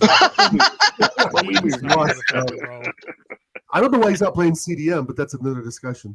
Yeah. He's not good. So Pep's like, all right, man, play center back and move into midfield. Do something, man. Yeah, no, go back to center back. At least today he was good to give us that assist for the goal. Yeah, so I'll take it. So today he played his part in the match, right? And I'm not taking nothing away from Partey. For me, he bossed the midfield. He didn't just boss our midfield; he bossed their midfield. You know what I'm saying? Like he was everywhere on the pitch, and I hope of all the players that we could potentially lose this season, I want him to stay just for one more year. Just for one more year, just to motivate and bring up the new crop or whoever else we bring in. He might. So I'm just hoping. So 10. I'll give him a 10. Man of the match. I hope he continues his form until Wednesday. But yeah, we move. Yeah. Riz. Yeah, man, he gets the number on his back 2 times. So he gets a 10.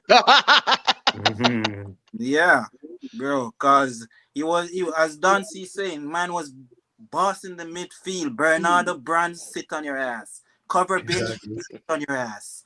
You know? Body in the midfield, brought out the party special, got us back in the game. Yeah, 10-star performance, bro. Yeah, 100%. as I'm pretty sure TJ knows, I am a very big hater of Thomas Partey. Yeah, you are. I am a very big hater of him. I was waiting. I won't even hold it. He was good. 8.5. He was good. 8.5. Okay. I'll give him I an was waiting for like a still think he's 7.5 and I was gonna lose No, it. I still think he's a cone in midfield and he gets blown by in transitions too easily. He was Sometimes good today. He was good today. 8.5. Great goal too, especially when we needed it. So I'll hold my hands up this time. But that next stinker, I'll be there. Just saying. It's added to my list, as V would say. Facts. Ozzy. I'll give him a 9. Yeah. You give him 9.5 for me. I mean, I'm still. The thing is between it's like him and Lewis Skelly is a very close.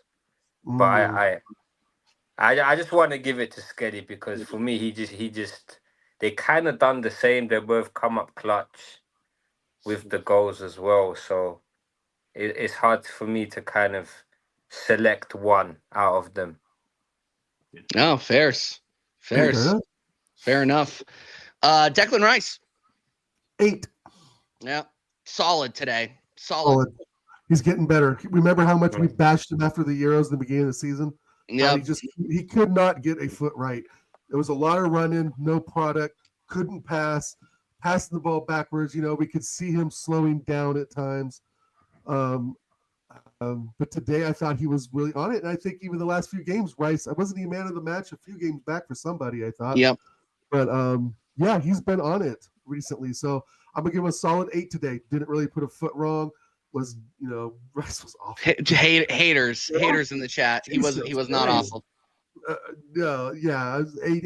Yeah, I'm gonna go 8. A solid 8. Awful. Yeah. Assists are brutal.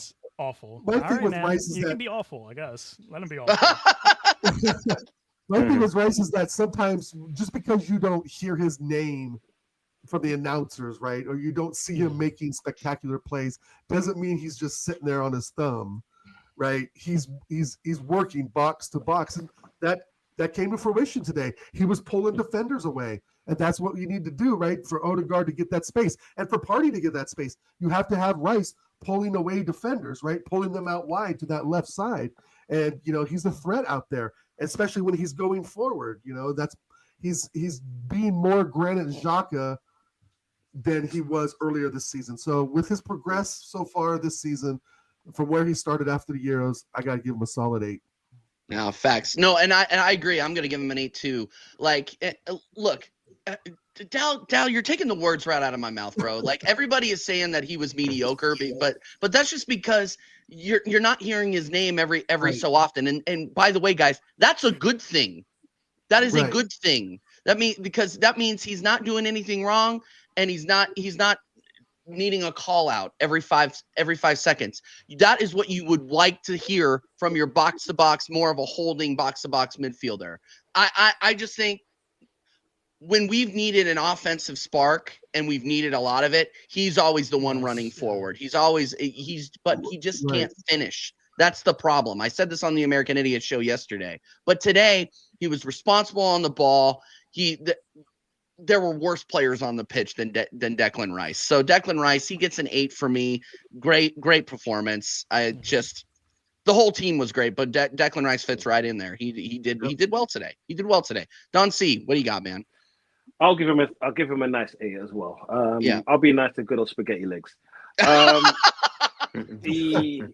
In the first half, to be honest, or the first 25-30 minutes, he wasn't really in the match. But when he came alive, he really came alive. Because because Partey was so good, he didn't need he could have had Moreno right next to him, and it still wouldn't have mattered. But Declan played his part, as everyone else did.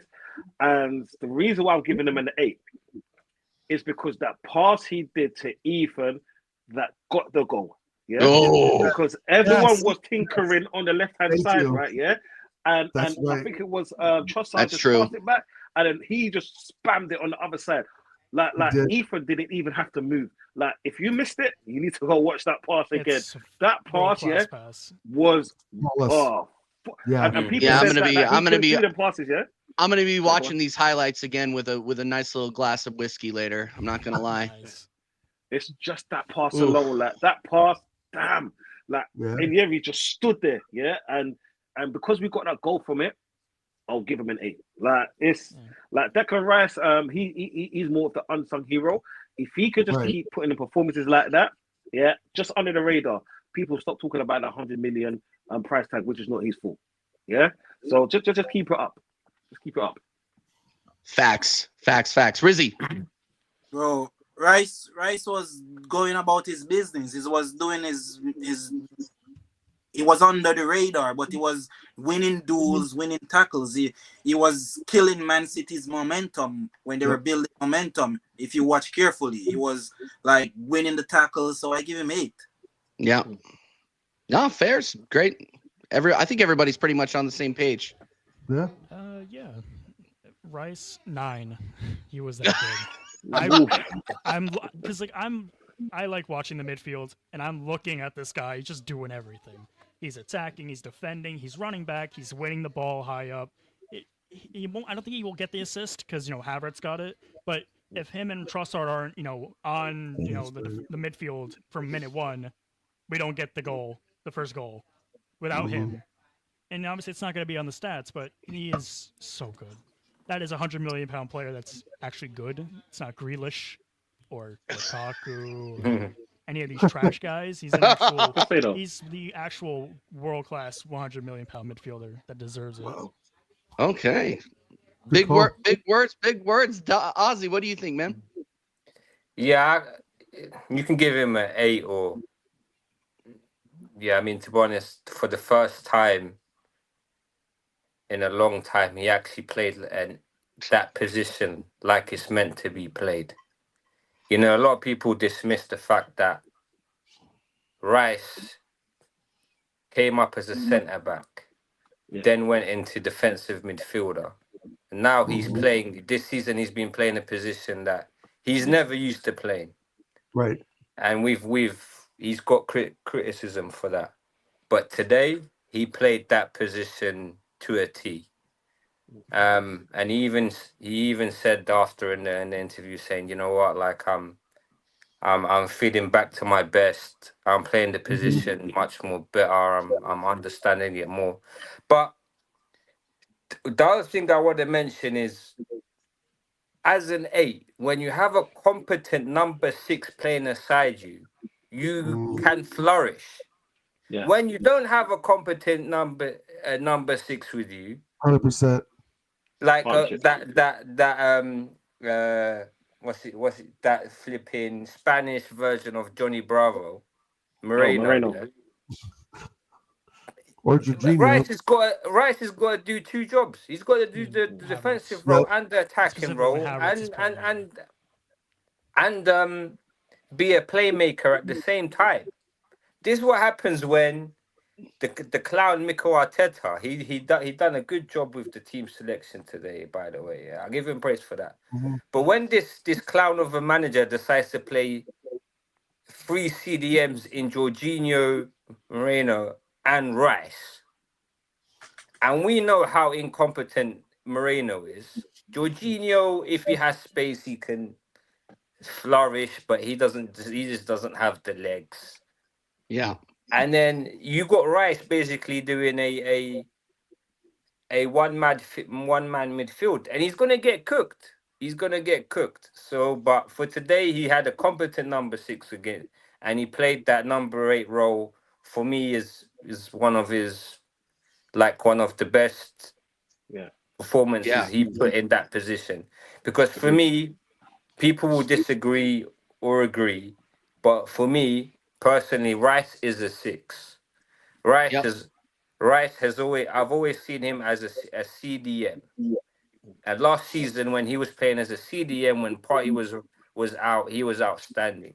He was getting man of the man performances.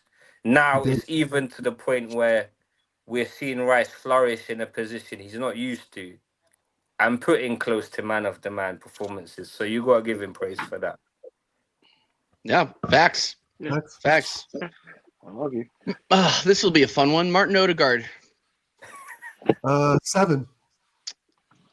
7. I thought that fantastic. You got the first goal right with the second minute or something of the game. Yeah, the right place, the right time. Ortega made a horrible shit pass, but he got the ball, slotted it in. What we want is this guy scoring goals. So maybe it's a confidence booster, but again, for me, just a little in and out of the game. It's a much better second half than the first half, of course, but we need complete 90 minutes from our captains, and that's why Gabriel deserves the armband and Rice deserves the vice captaincy. Odegaard is good on the day, but again, he has to have space to move. And at times in the second half, he was great, but it still wasn't the levels I think that we need. And I don't know. I got to give him a 7 today. Yeah, I think out of the 3 midfielders, he was good. Again, I'm gonna keep going over my own words, but yeah, I got to give him a solid 7 today. We've seen better, and of course, we've seen worse. So yeah, 7 today. Yeah, I'll give him a 7.5 for the goal. I out of the 3 midfielders, he was the worst, if you can use that word worst. But again, well taken goal. Akanji putting in an absolute fucking howler on that goal. Unbelievable howler on that one. And again, John Stones is have to blame on that too, because that pass was absolute shit. He put him in an awful position, to the point where Kai Havertz is collecting the ball and giving it to Odegaard and putting it away. I'm gonna go 7.5. I mean, again, he like you said, he was in and out of the match. He's just a presence sometimes. He's just right. Taking up a position sometimes. Like, we can't have our captain being a passenger, and that's where I felt like he was a little bit today. But again, nobody had a bad game on our side of the pitch. 7.5. Everybody touts this guy because he leads by example. Lead by example. Lead by example. Then Don C. I'm a bit more critical than you. I'm giving him a 6.5. Okay.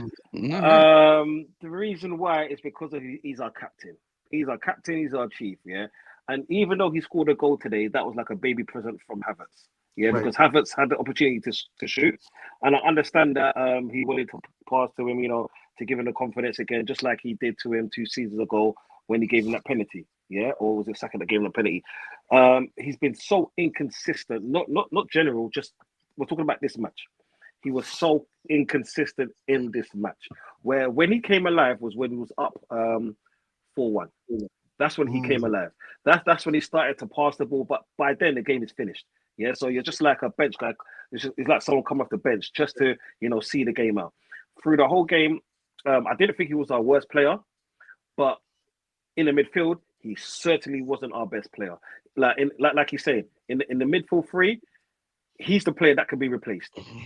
Like if we was talking about if this was the summer, I would say he's the player that could definitely be replaced, just because he's been so inconsistent. Yeah, and it showed within this match. Whether he's carrying a knock, I don't know. I don't really care. Yeah, because if you're playing, you might as well show us something. And if you're our most creative player, then fucking create. That's what I'm saying. Then create. For that reason, I can only give him a 6.5. Hey, fair, Rizzy. Fair. I'm gonna give him 7. As you guys stated, he was a bit in and out of the game. Sometimes he was giving the ball away. If Man City wasn't so shit today, that would have probably cost us, because he had some slappy pass, but overall he done his thing. He got the goal, so 7. All right. Trading. 7.5. I thought he was really good today. He's showed up compared to his recent matches, especially. He's definitely shown up.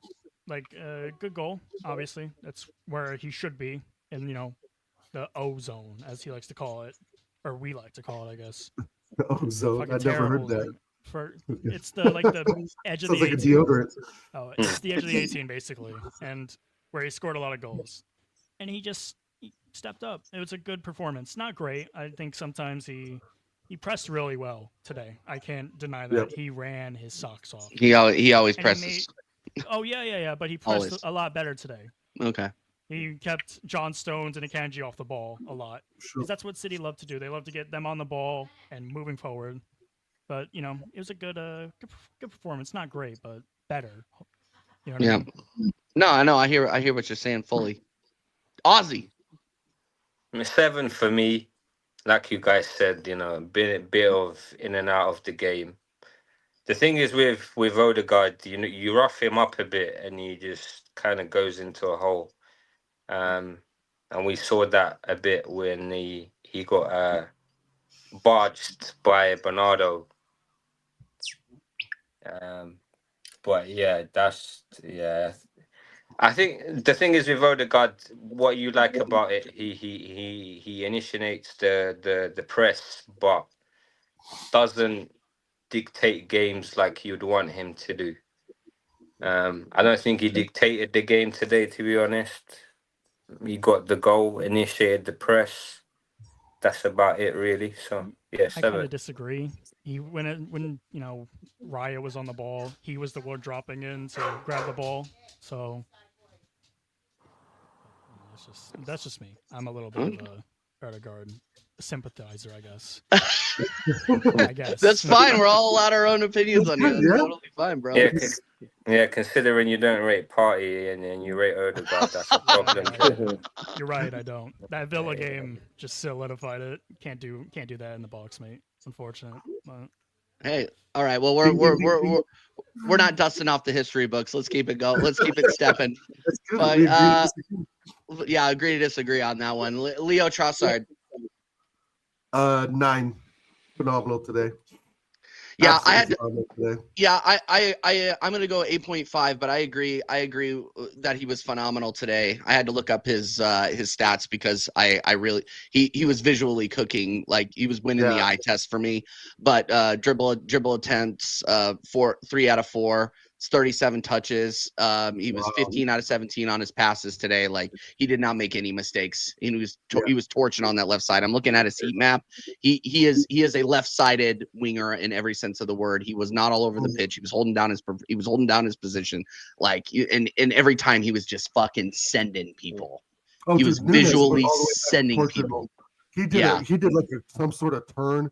And you just see Nunes flying across the ground. He was torching. He was torching. He gets an 8.5 from me. He was phenomenal today. He was great today. Didn't have the GA, but who cares? What a performer! He's dragging people off the ball. Yeah, great performance. Don C. Even without the stats that you just said, I would have gave him a 9 anyway. Just because I saw something today that I don't normally see from him, and that's tracking back a hell of a lot. Hell of a lot. Yeah, he was. You did track back a lot. Earlier, I said that when Skelly was further forward, you saw him running back, so Foden couldn't come back. He was always doubling up. He was always making an extra man. He was always coming in the middle. The crosses that he was putting in today, beautiful. The passes that he was making, visually, just before you even say the stats, visually, he was amazing. Yeah. Always dropping the shoulder, always trying to find a way for a pass. Yeah, always. And just remember, before Declan Rice passed that ball, so if he could score that goal, Trossard had the ball. This is what I'm saying. Trossard had the ball. He was always sucking 2 to 3 players in, making that space for Rice to look so good as he did today. So I give him a 9. For me, so far this season, best game he's had by far, all round. Facts. Okay. Riz. 8.5, bro. He was cooking on the left. He had Nunes, even Bernardo Brands came over there and got him on toast. That guy should have been booked because Trossard went down at one point and he came over. He kicked the ball at him. I don't know if you guys saw that. Yeah, he was rattled. I knew he was losing his mind by then, but 8.5. Trossard was had them on toast, bro. Facts. Trenian. 8.5. Yeah, he kept that Bambi on ice occupied, and Nunes. That guy is awful as well. That guy's awful. How is that guy's awful. And then he kept Foden. Foden had the track back, and Bernardo had the track back. It was great performance. Didn't get the goal or the assist, but he was good. Yeah, he was good. Ozzy. Yeah, 8.5 for me. Probably one of his best performances out this season. we've seen Trossard play like he just doesn't want to be here. Today he played like he wanted to play for the team. So 8.5, you know, he even got doubled up on and was doing the business. So Yeah, got out of it exactly. yeah, great performance for him today. Yeah, tracking back, doing what he needed to do today. Yeah, apart from, I mean, for me, if you got like a goal or an assist today, I would say 9 or 9.5, but I'd give him a solid 8.5. Let me ask the panel real quick. Do you guys think he's the most technical gifted player in the squad? Yeah. No. I'll say so. No. Well, I mean, like the way he moves in the the ball, current in the current squad, yes. In the squad, current yeah, squad, yes. but Yeah. still, Okay. Well, when yeah, the Saka's current back, squad, yeah. of course. Yeah. I mean, I had down tools on him too because at times, you know, he scores the goal. Like I think it was in preseason, the first game of the season, and makes that kind of statement, right, in the middle of the 18-yard box. And then and he still hasn't signed a new contract too, guys. Let's keep that in the back of our mind too, right? He denied the contract extension. Isn't he? And he's gonna go Saudi, guys. Isn't he probably so. Feet in our team? What's that? Isn't he the only player that used both feet? Him and Odegaard, yeah. I would say, Rizzy, I would say that he is, for me, another level of technical ability above a lot of the players. Odegaard has the ability, of course. Horrible. Yeah. Horrible. Trossard, I think, is the only two-footed player in our squad. Yeah. Yeah, You don't think Odegaard's two-footed, Trajan? No, no, have you naturally seen him use his two-footed. right foot? Have you seen Odegaard has pillows on his foot, bro. Odegaard refused. You seen Odegaard shoot with his right foot? Bro. Yeah. Odegaard's left foot is top-notch with his right foot. Is garbage. Yeah. Yeah, with Trossard, I'm kind of up and down. Like when it felt like he wanted to leave, I was kind of like, okay, good riddance. I mean, there's other wingers out there that are under, 29, 30 years old that we can buy, but then today he just puts me back in the bin because I just, he was flawless today. And, we gave him a 9, you guys 8.5. I'm just wondering what your guys' opinions are. Do you think he's the tech master of the squad? On his day, yes, because he can dribble, he can pass, he can shoot, he can score goals. I think the only thing that is maybe like he's deficient in, he doesn't have the speed. Yeah, but then because he's technically very good, as we've seen today. But how much he can drag people like in and out or like shift them left or right, which, for example, someone like Martinelli, who's a speedster, but doesn't have the technicality of, okay, I'm going to stand you up on the ball, and if I want to go on your left, I can go. If I want to go on your right, I can. Yeah. I think it's a major loss. If we do sell him, TJ, real quick, if we do sell him this summer, is that a major loss for us if we don't get that level back in? Yeah, because he's a really good squad player. Yeah. The problem is for me, the problem is if he puts in performances like he has done this season, then I would want to get rid of him. I don't think he wants to be here. I think he gets frustrated every time he puts in a performance. He gets dropped, and Martinelli comes back in. I think that's why he wants to initially leave, because even when he's played well and we've had a full fit squad, obviously we don't have Saka available. I don't think he'd be playing as much. Martinelli this season has been quite awful. Quite awful. I would even say hit and miss. He's been quite Saka awful. got injured, he's been stepping up. So lately he's been doing better, but he's doing really good lately. But his performance have been way below par. I would initially get rid of Martinelli before Trossard, for me personally. Because the problem is, guys, Martinelli is not effective on the wing. Martinelli is effective as a number 9. But this manager won't play him as a striker. Because he wants the pace on the wings. Yeah. But it's not effective unless he's running in behind. With the style of football that we play, we don't have players running in behind. It's once in a blue moon. Yeah. Right. Today we actually played some decent football. It was like Arteta was like, you know what? Let me take the handbrake off. I don't know if someone spilled a pill in his drink or some shit. I don't care. Do it again, please. What's on the mixies? You know what I mean? Edible. I don't know if they put a cheeky one in there or something. Little Mitsubishi. But we played like the Arsenal, you know how Arsenal plays. None of this sit back, pass it from left to right. But Yeah. Trossard has So been guilty of let's doing see that. going forward. We can keep moving on. I just wanted to get your guys' insights on like how much of an asset is Trossard, and if we do sell him this summer, are we missing a big piece of the puzzle after that? Right? Is he that much of an asset to us? Because remember, he was coming off the bench, right, and that was his ire with Arteta. But Yeah. like it's a big deal. Saka out, right? If Saka's in, is Trossard on the left? Maybe not.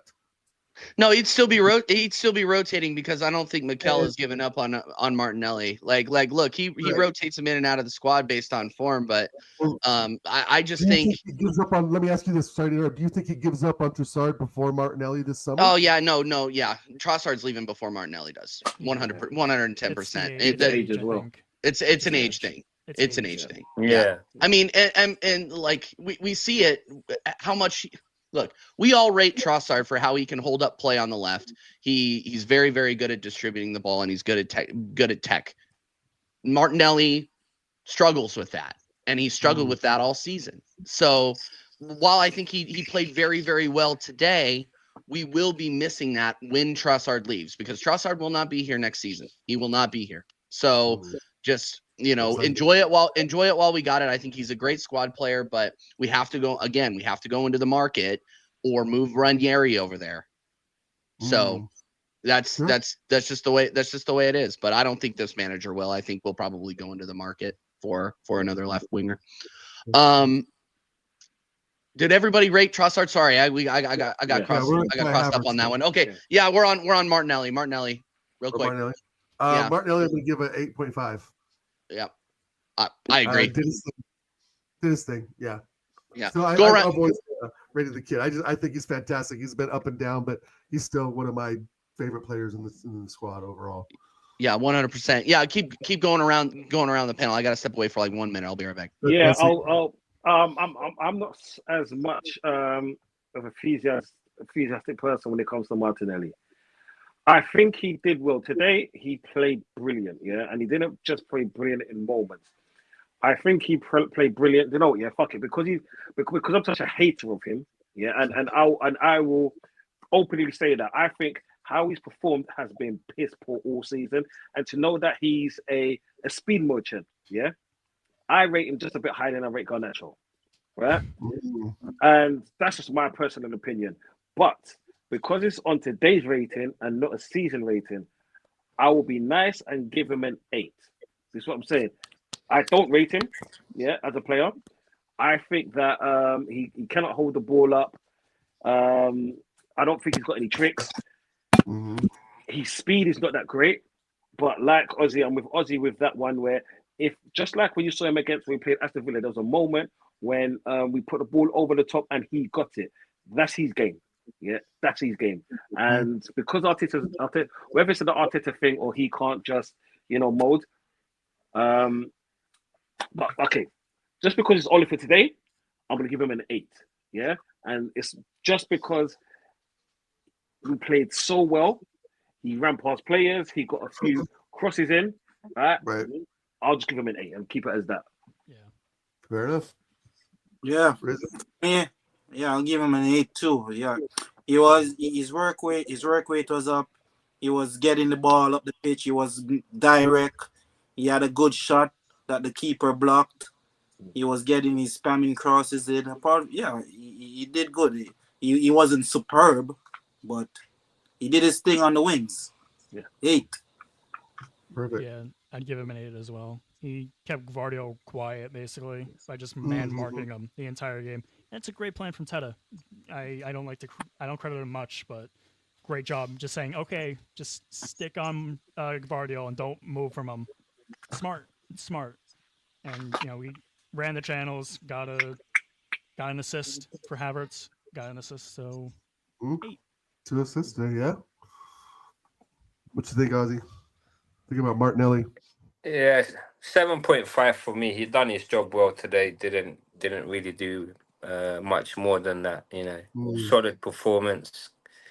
Neither done anything amazing. Neither did he do anything bad. Good performance all around. 7.5. Love it. Love it. All right, and then we're not gonna do the people that got microwave minutes. We're just gonna skip those, but we will do. We got two left that we need to talk about. Kai Havertz. Oh, Shrek, the donkey. I gotta get a video. I gotta get that video. I'm not gonna lie. I get a video of just a picture of the donkey. Of the donkey, yeah.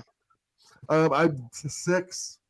I want him out. I want him out. I thought today was one of his better days though in an Arsenal shirt. And that's what I was actually commenting on Gunner's show, saying that Odie and Kai had 2 of their better games.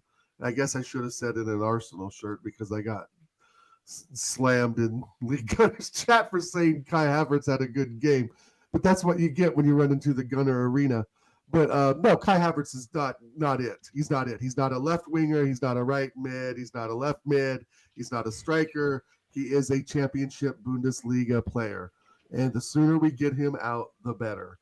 I mean, I don't see what he brings besides slowing gameplay down, running into the wrong positions. I know today he bagged one, but I don't know. I don't know if it's me, but all his goals just seem so oddball. I think he got a hold of one today though, didn't he? Yeah. He just laced one today. I know he laced one against Bolton, but I'm just tired of seeing the little balls just jumping off his knee, off his thigh or something. I don't know. I just don't rate this guy. As you guys don't rate Martinelli, I don't really rate Havertz. I just think that Martinelli up front would be legends better, levels better. We know Martinelli. We don't like it when he dribbles the ball with his head down.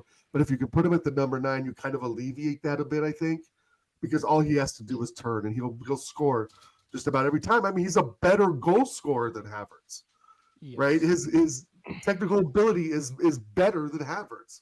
And that's why I don't understand so much the Martinelli hate. I know he's not the player he was 2 seasons ago, but when you compare him to our other attacking options, 2 seasons ago, he was doing the exact same thing, just getting on the end of balls and just scoring. That's his job. He doesn't have the bag to be creator, but he has a finish. He's a finisher. Like, who are we talking about? Kai Havertz? No, Martinelli. Right, he's a finisher. Would you say he's more of a finisher than Kai Havertz? That's why he got 15 goals because scored. Right. So would you rate him over Kai Havertz in the striking position? Yeah. Yeah, for sure. Like I would just bench Havertz, Trossard, Martinelli, and Saka. If we had Trossard and Saka next to him, just playing balls over the top, it'd be a way better.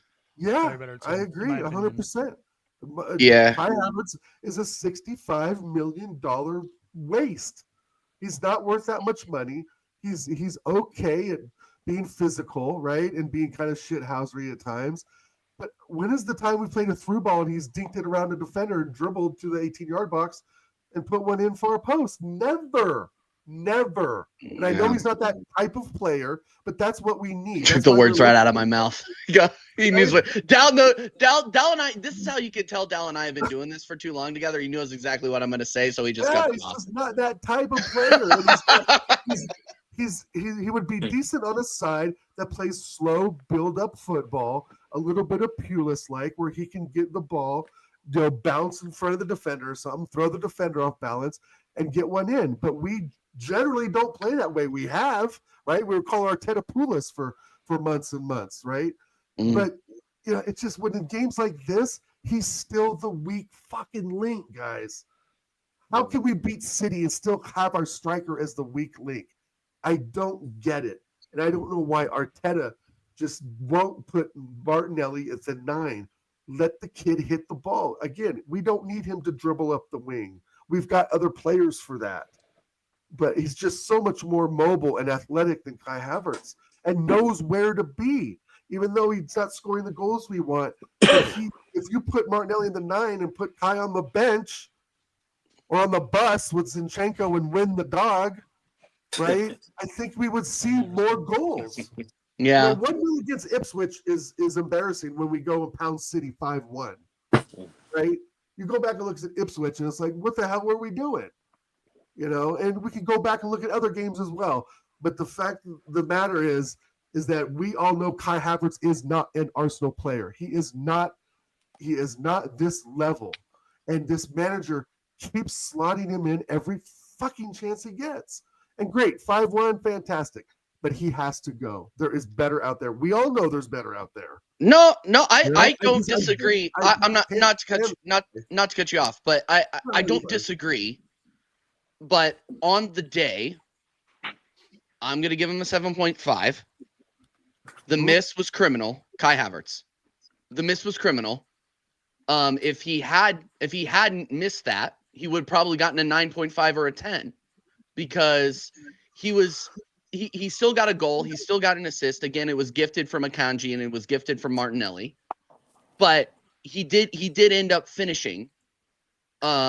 But again, just Dal, you hit it on the head. Like, when we really need him, what does he do? And that's really, that's really where my problem is with him. I mean, here's my thing. Where was that run with Martinelli the other 30 games that we've played this season? Like, why are you not getting in like that? Why are you not overlapping like that? Like, that was an incredible run from him. One of the best I've seen all season. Great, one of the best finishes I've seen from him all season. Right. Like, where is that? Where is that? Kai Havertz did not play badly today. Like, he was good. He was good. He was good. Like outside of the miss, he was good. So but I agree. I agree with what you're saying though, Dal. From a consistency standpoint, he's fucking awful. He's awful. So yeah, I'm giving him a 7.5. I'm giving him a 7.5. I'm just that's all I'm saying. Don, go ahead and cook, my friend. Oh Jesus! This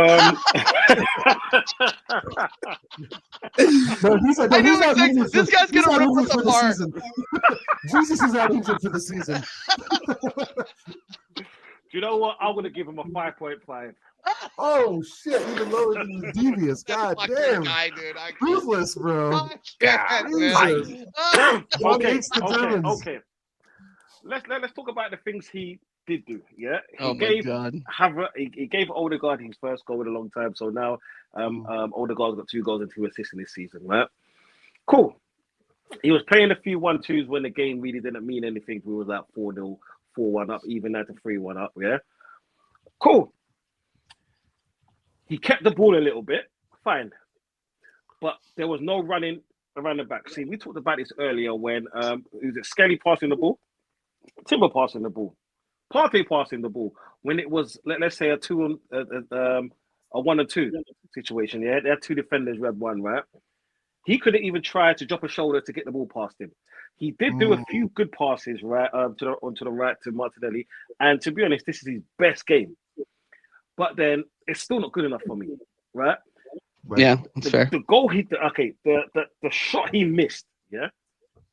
If he had at least got it on target and he hit a player or the player got it off the line, then do you know what? We wouldn't be having this conversation, yeah.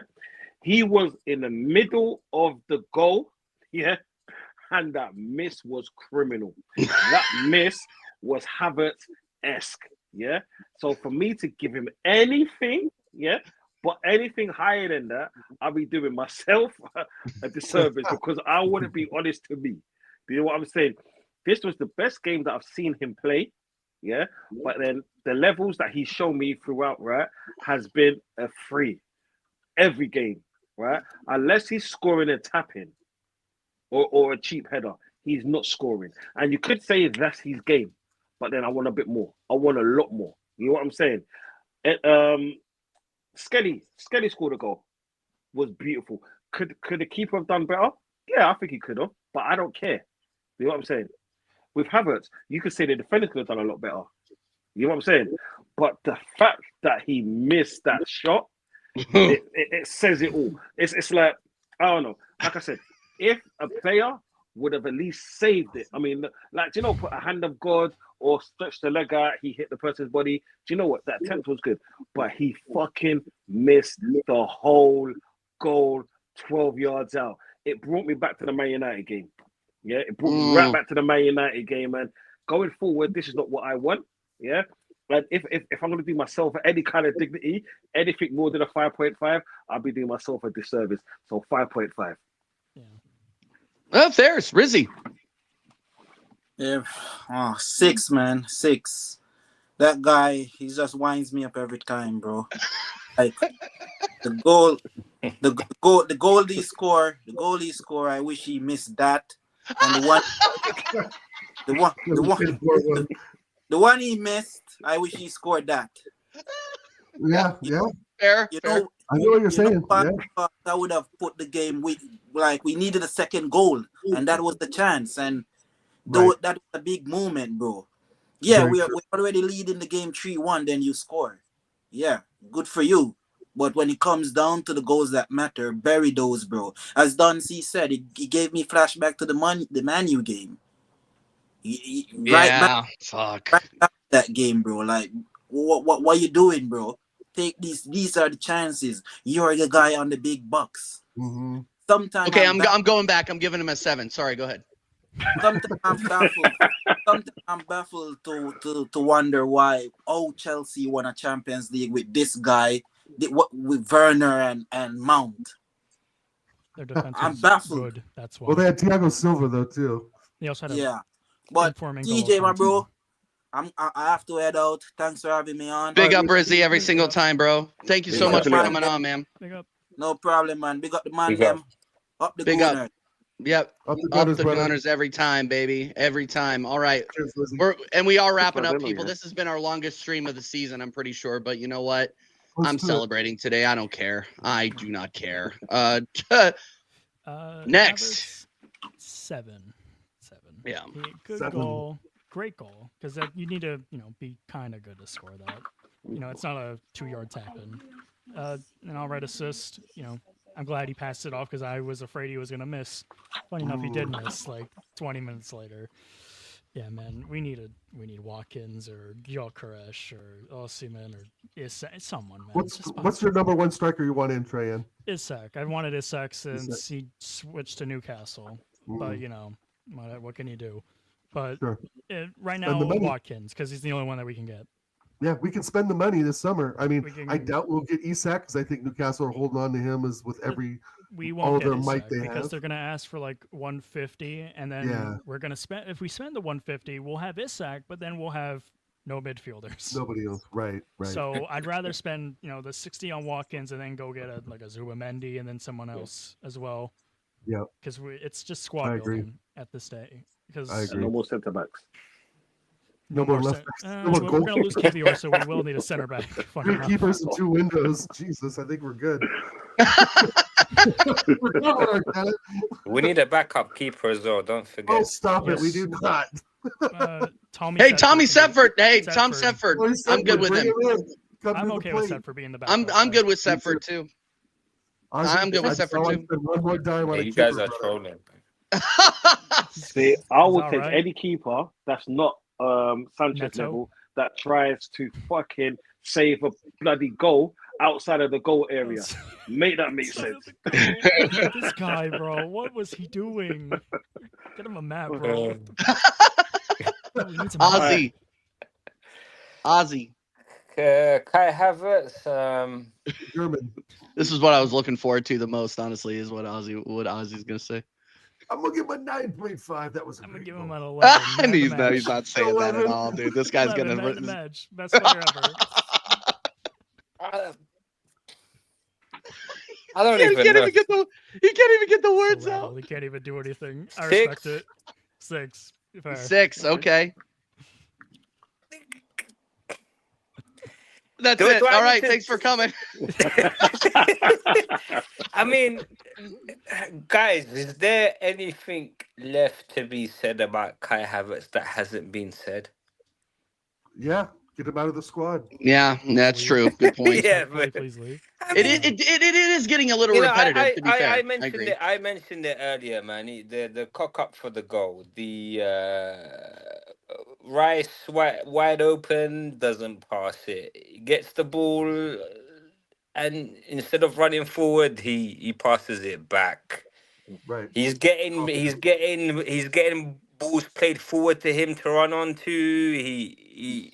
He moves sideways, and sometimes the guys. This guy is the most effective, but in a centre forward position in the least effective way.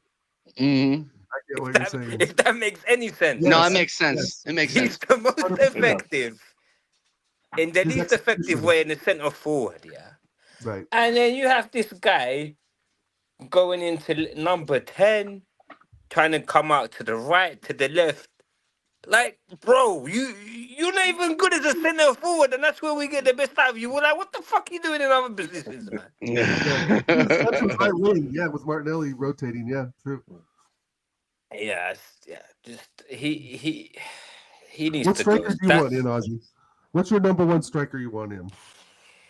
If you were to bring one. Like sorry, yeah, Isaac, but it's not happening. It's not happening. It's not happening. Yeah, so outside of Right. Isaac, It's you know, like sorry, what the general said. You know, one. It's gonna cost at least 150.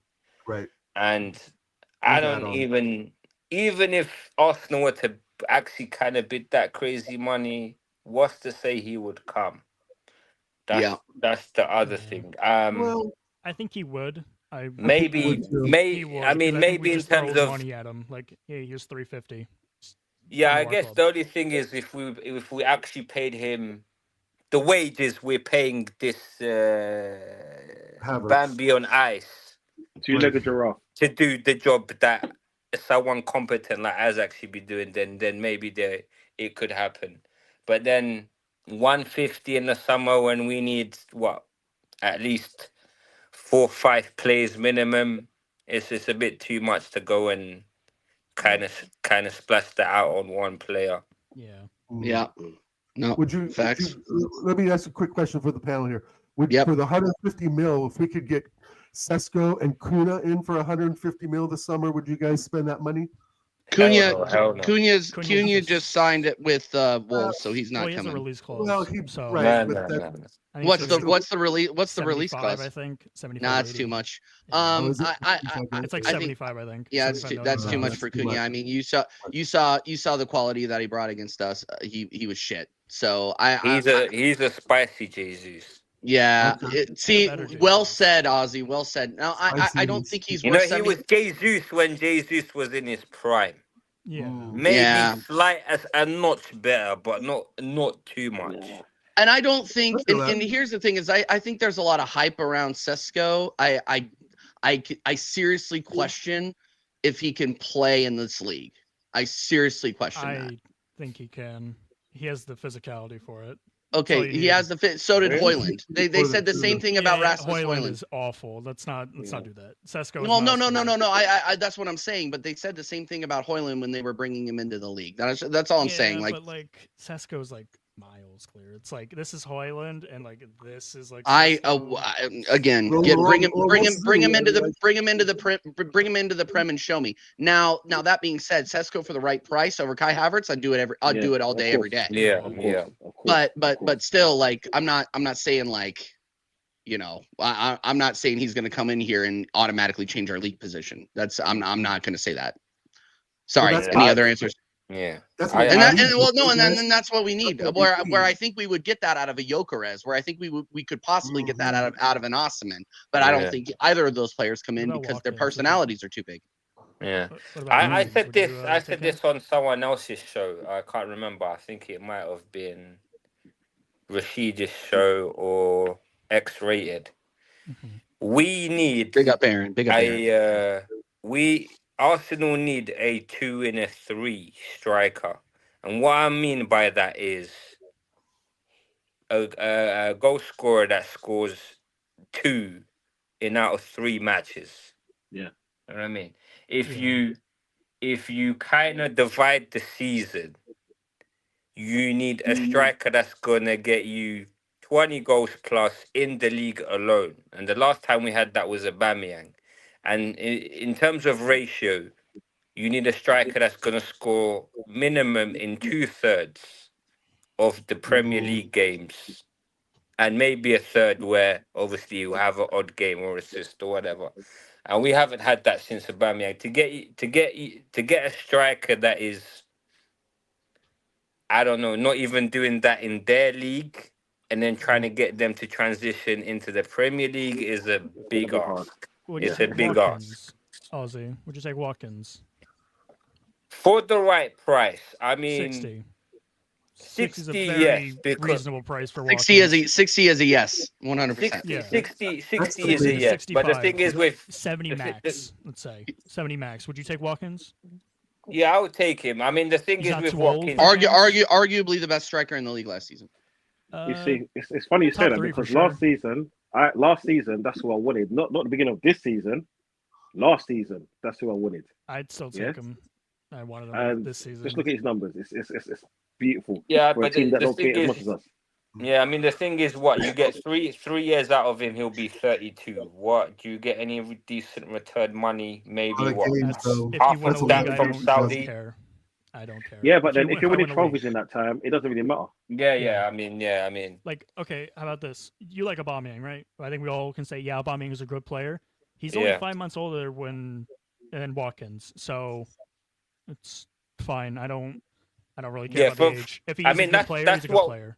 That's kind of what we paid for Aubameyang for. So for Yeah, 60 million, 60-ish. I'll take it. But Just Aston Villa, it's not gonna. It's not happening. Old. The resale value. Who gives a fuck? If we win a league, I don't care. We don't have resale value in anything anyway. We don't have Right? The thing is, guys, we've already spent a shitload of money on players that have no resale value and on stinking high wages. But the resale value, as it comes with the youngsters, and that's why we've seen Chelsea being able to offload Havertz for 65 mil because the dumb bastard spent 92 mil on him. Yeah, because shit, and they sold him to us for a third off of the price, and he's still shit. My point is, but we get rid of our youngsters.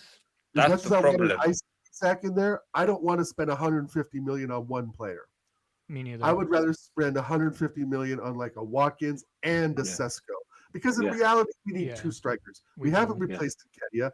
We got to replace Jesus, right? So essentially, we need two strikers. Yeah. Or how about this? Would you rather get Sesko, or would you rather keep Havertz as like the backup and have Watkins? No.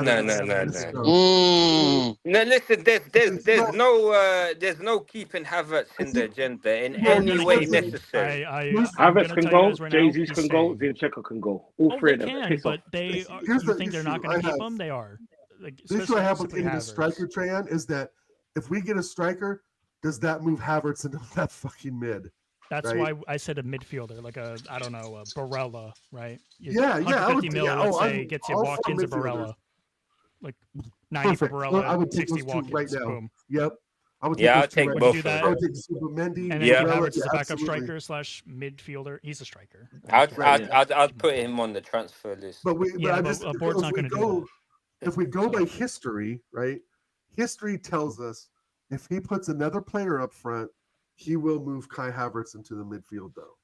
Yeah, we don't know if he hasn't learned his lesson from that, right? There's no guarantee that he's learned his lesson from that.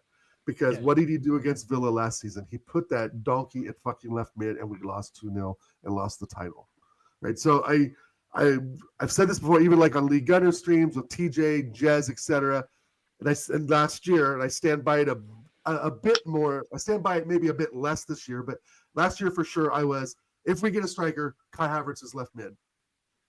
Yeah, and that was keeping people from saying, "Oh well, maybe we should rethink this striker thing." But we're at the point now where if Kai Havertz is the striker and Rice is our left mid, and we are looking at bringing other midfield players in, let's say Zubamendi, I would rather have Zubamendi and Sesko, right, than Sesko and Watkins, let's say, right? Yeah. Because I still think that there may be some games for Kai or Martinelli if he really thinks out of the box to put up front. Yeah. Right. My thing is, you have to have players to keep fucking Kai Havertz from getting off the bus. Right. That's the big thing. And I felt like last season, if we really did go get Ollie Watkins last season, he would have put Kai Havertz at left mid. That would have been the move. Yeah. The thing is, he's got to justify the signing. That's the problem. That's why he gets played. You know what I mean? Yeah, for sure. It's not like a player you just got as a as a squad player. You know, Havertz was never a squad player signing. That's the problem. Right. To me, he was a sub in for Odegaard when in the 80th minute. He was going to come on as an attacking mid, but obviously that's never happened. And the thing is, too, I'm kind of thinking back to the Arsene Wenger era. He would not spend that big on strikers, remember? Our thing was we were helping develop strikers at, Adebayor or Robin Van Persie when he wasn't injured, and then we brought in Eduardo and so forth. Yeah. So my real feeling about it is I think if we spend big money on a striker, we will be more let down. If that striker doesn't meet our 100 million or 150 valuation, we are going to slam that striker like we slammed Kai Havertz. Even more so because it'd be double the cost of Kai Havertz. But the thing is, Kai Havertz wasn't brought in to be a striker. That's the difference. Yeah, he's brought in to be a midfielder. Because he was brought in, like you said, to be a midfielder. So it's the fact that he's playing in striker. That's why we're slamming him. Yeah.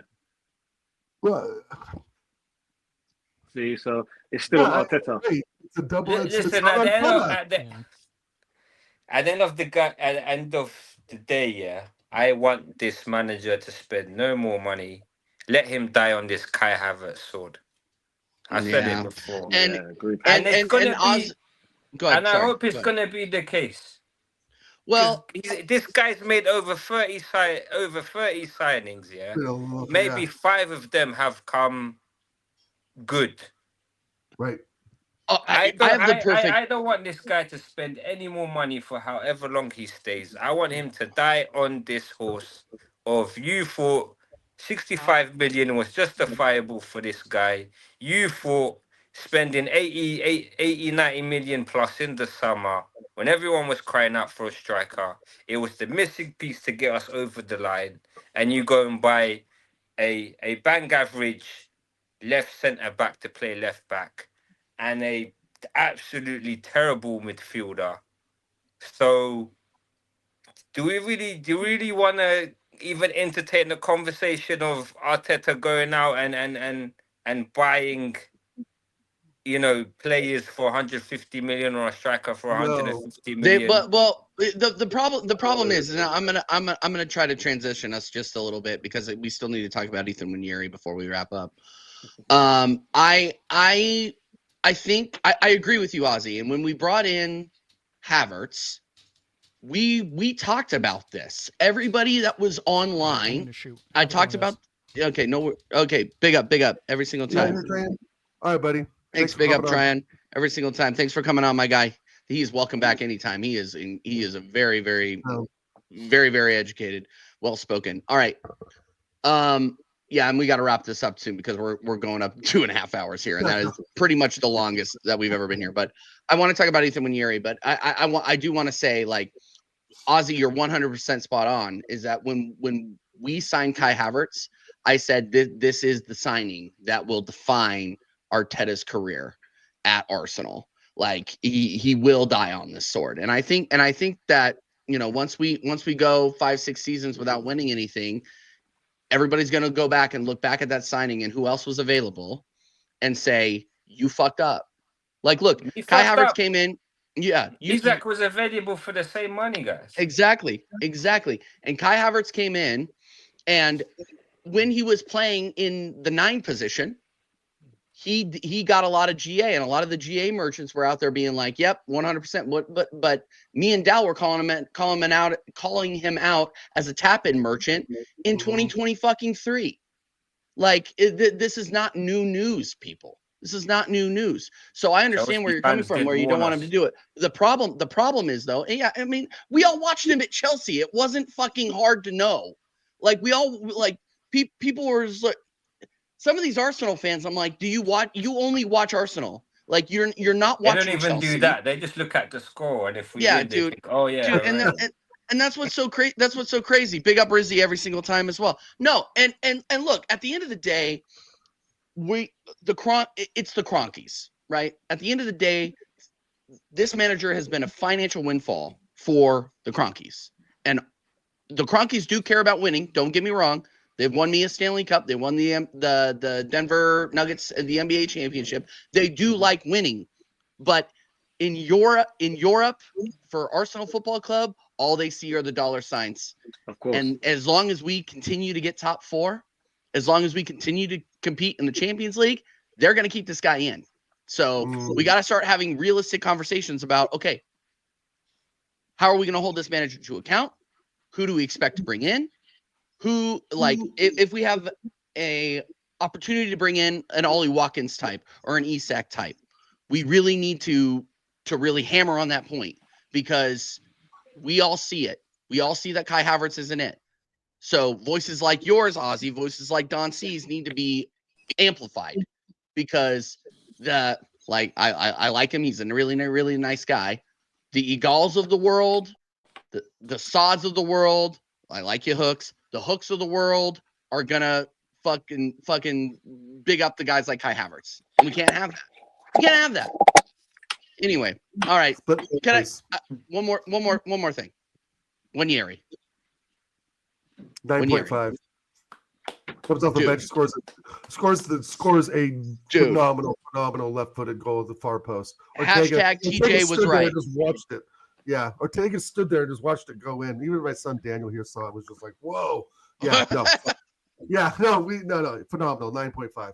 Yeah, 9. He gets a 9.5. Yeah, I mean, he played incredible. What? He played what? 8 minutes? 10 minutes. 10 minutes, what? And he comes and does that. I mean, and again, his performance against Girona. I mean, this guy is outshining our cap. This guy's outshining Odegaard, who's meant to be our talisman when it comes to creating. So yeah, if this manager doesn't ruin him, and where he's going to be a problem. Yeah, 100%. Don C, take us out. Wanyeri, my friend. I'll give him a 9. Okay. Yeah, he only played 10 minutes, but maybe I'm just getting excited, but I hear what you're saying. The moment he got on, no. Do you know what it is? Yeah, I was stuck between 9 and 9.5. All right. Yeah. But the moment he got on, the game literally went from a 2, the speed 2, to a 7. Yeah, it sped up so fast. That's what I'm saying. The way he was moving in between players, just gliding, the ball's coming to him, the 1-2s, the transitions, and that's when they was playing the more of the transition. I mean, like the flicks and the tricks and all of that. Is the moment he came on. It was beautiful to see. And to score that goal, fuck me. Oh my. So hard, bro. Oh, hey. In 10 minutes, like the age that he is. The reason why I'm saying the age is because, like, it must be the fearlessness, the talent that this kid's got. It's like, did you know? I haven't been so excited for like a Majinky player at Arsenal for a long time.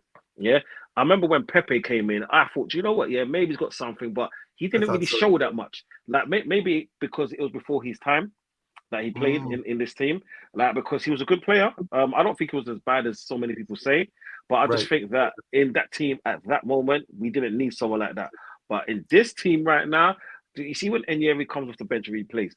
I want to watch him play. Yeah, just because the way he glides past players and to score that goal, that goal had the right amount of pace, curl, position.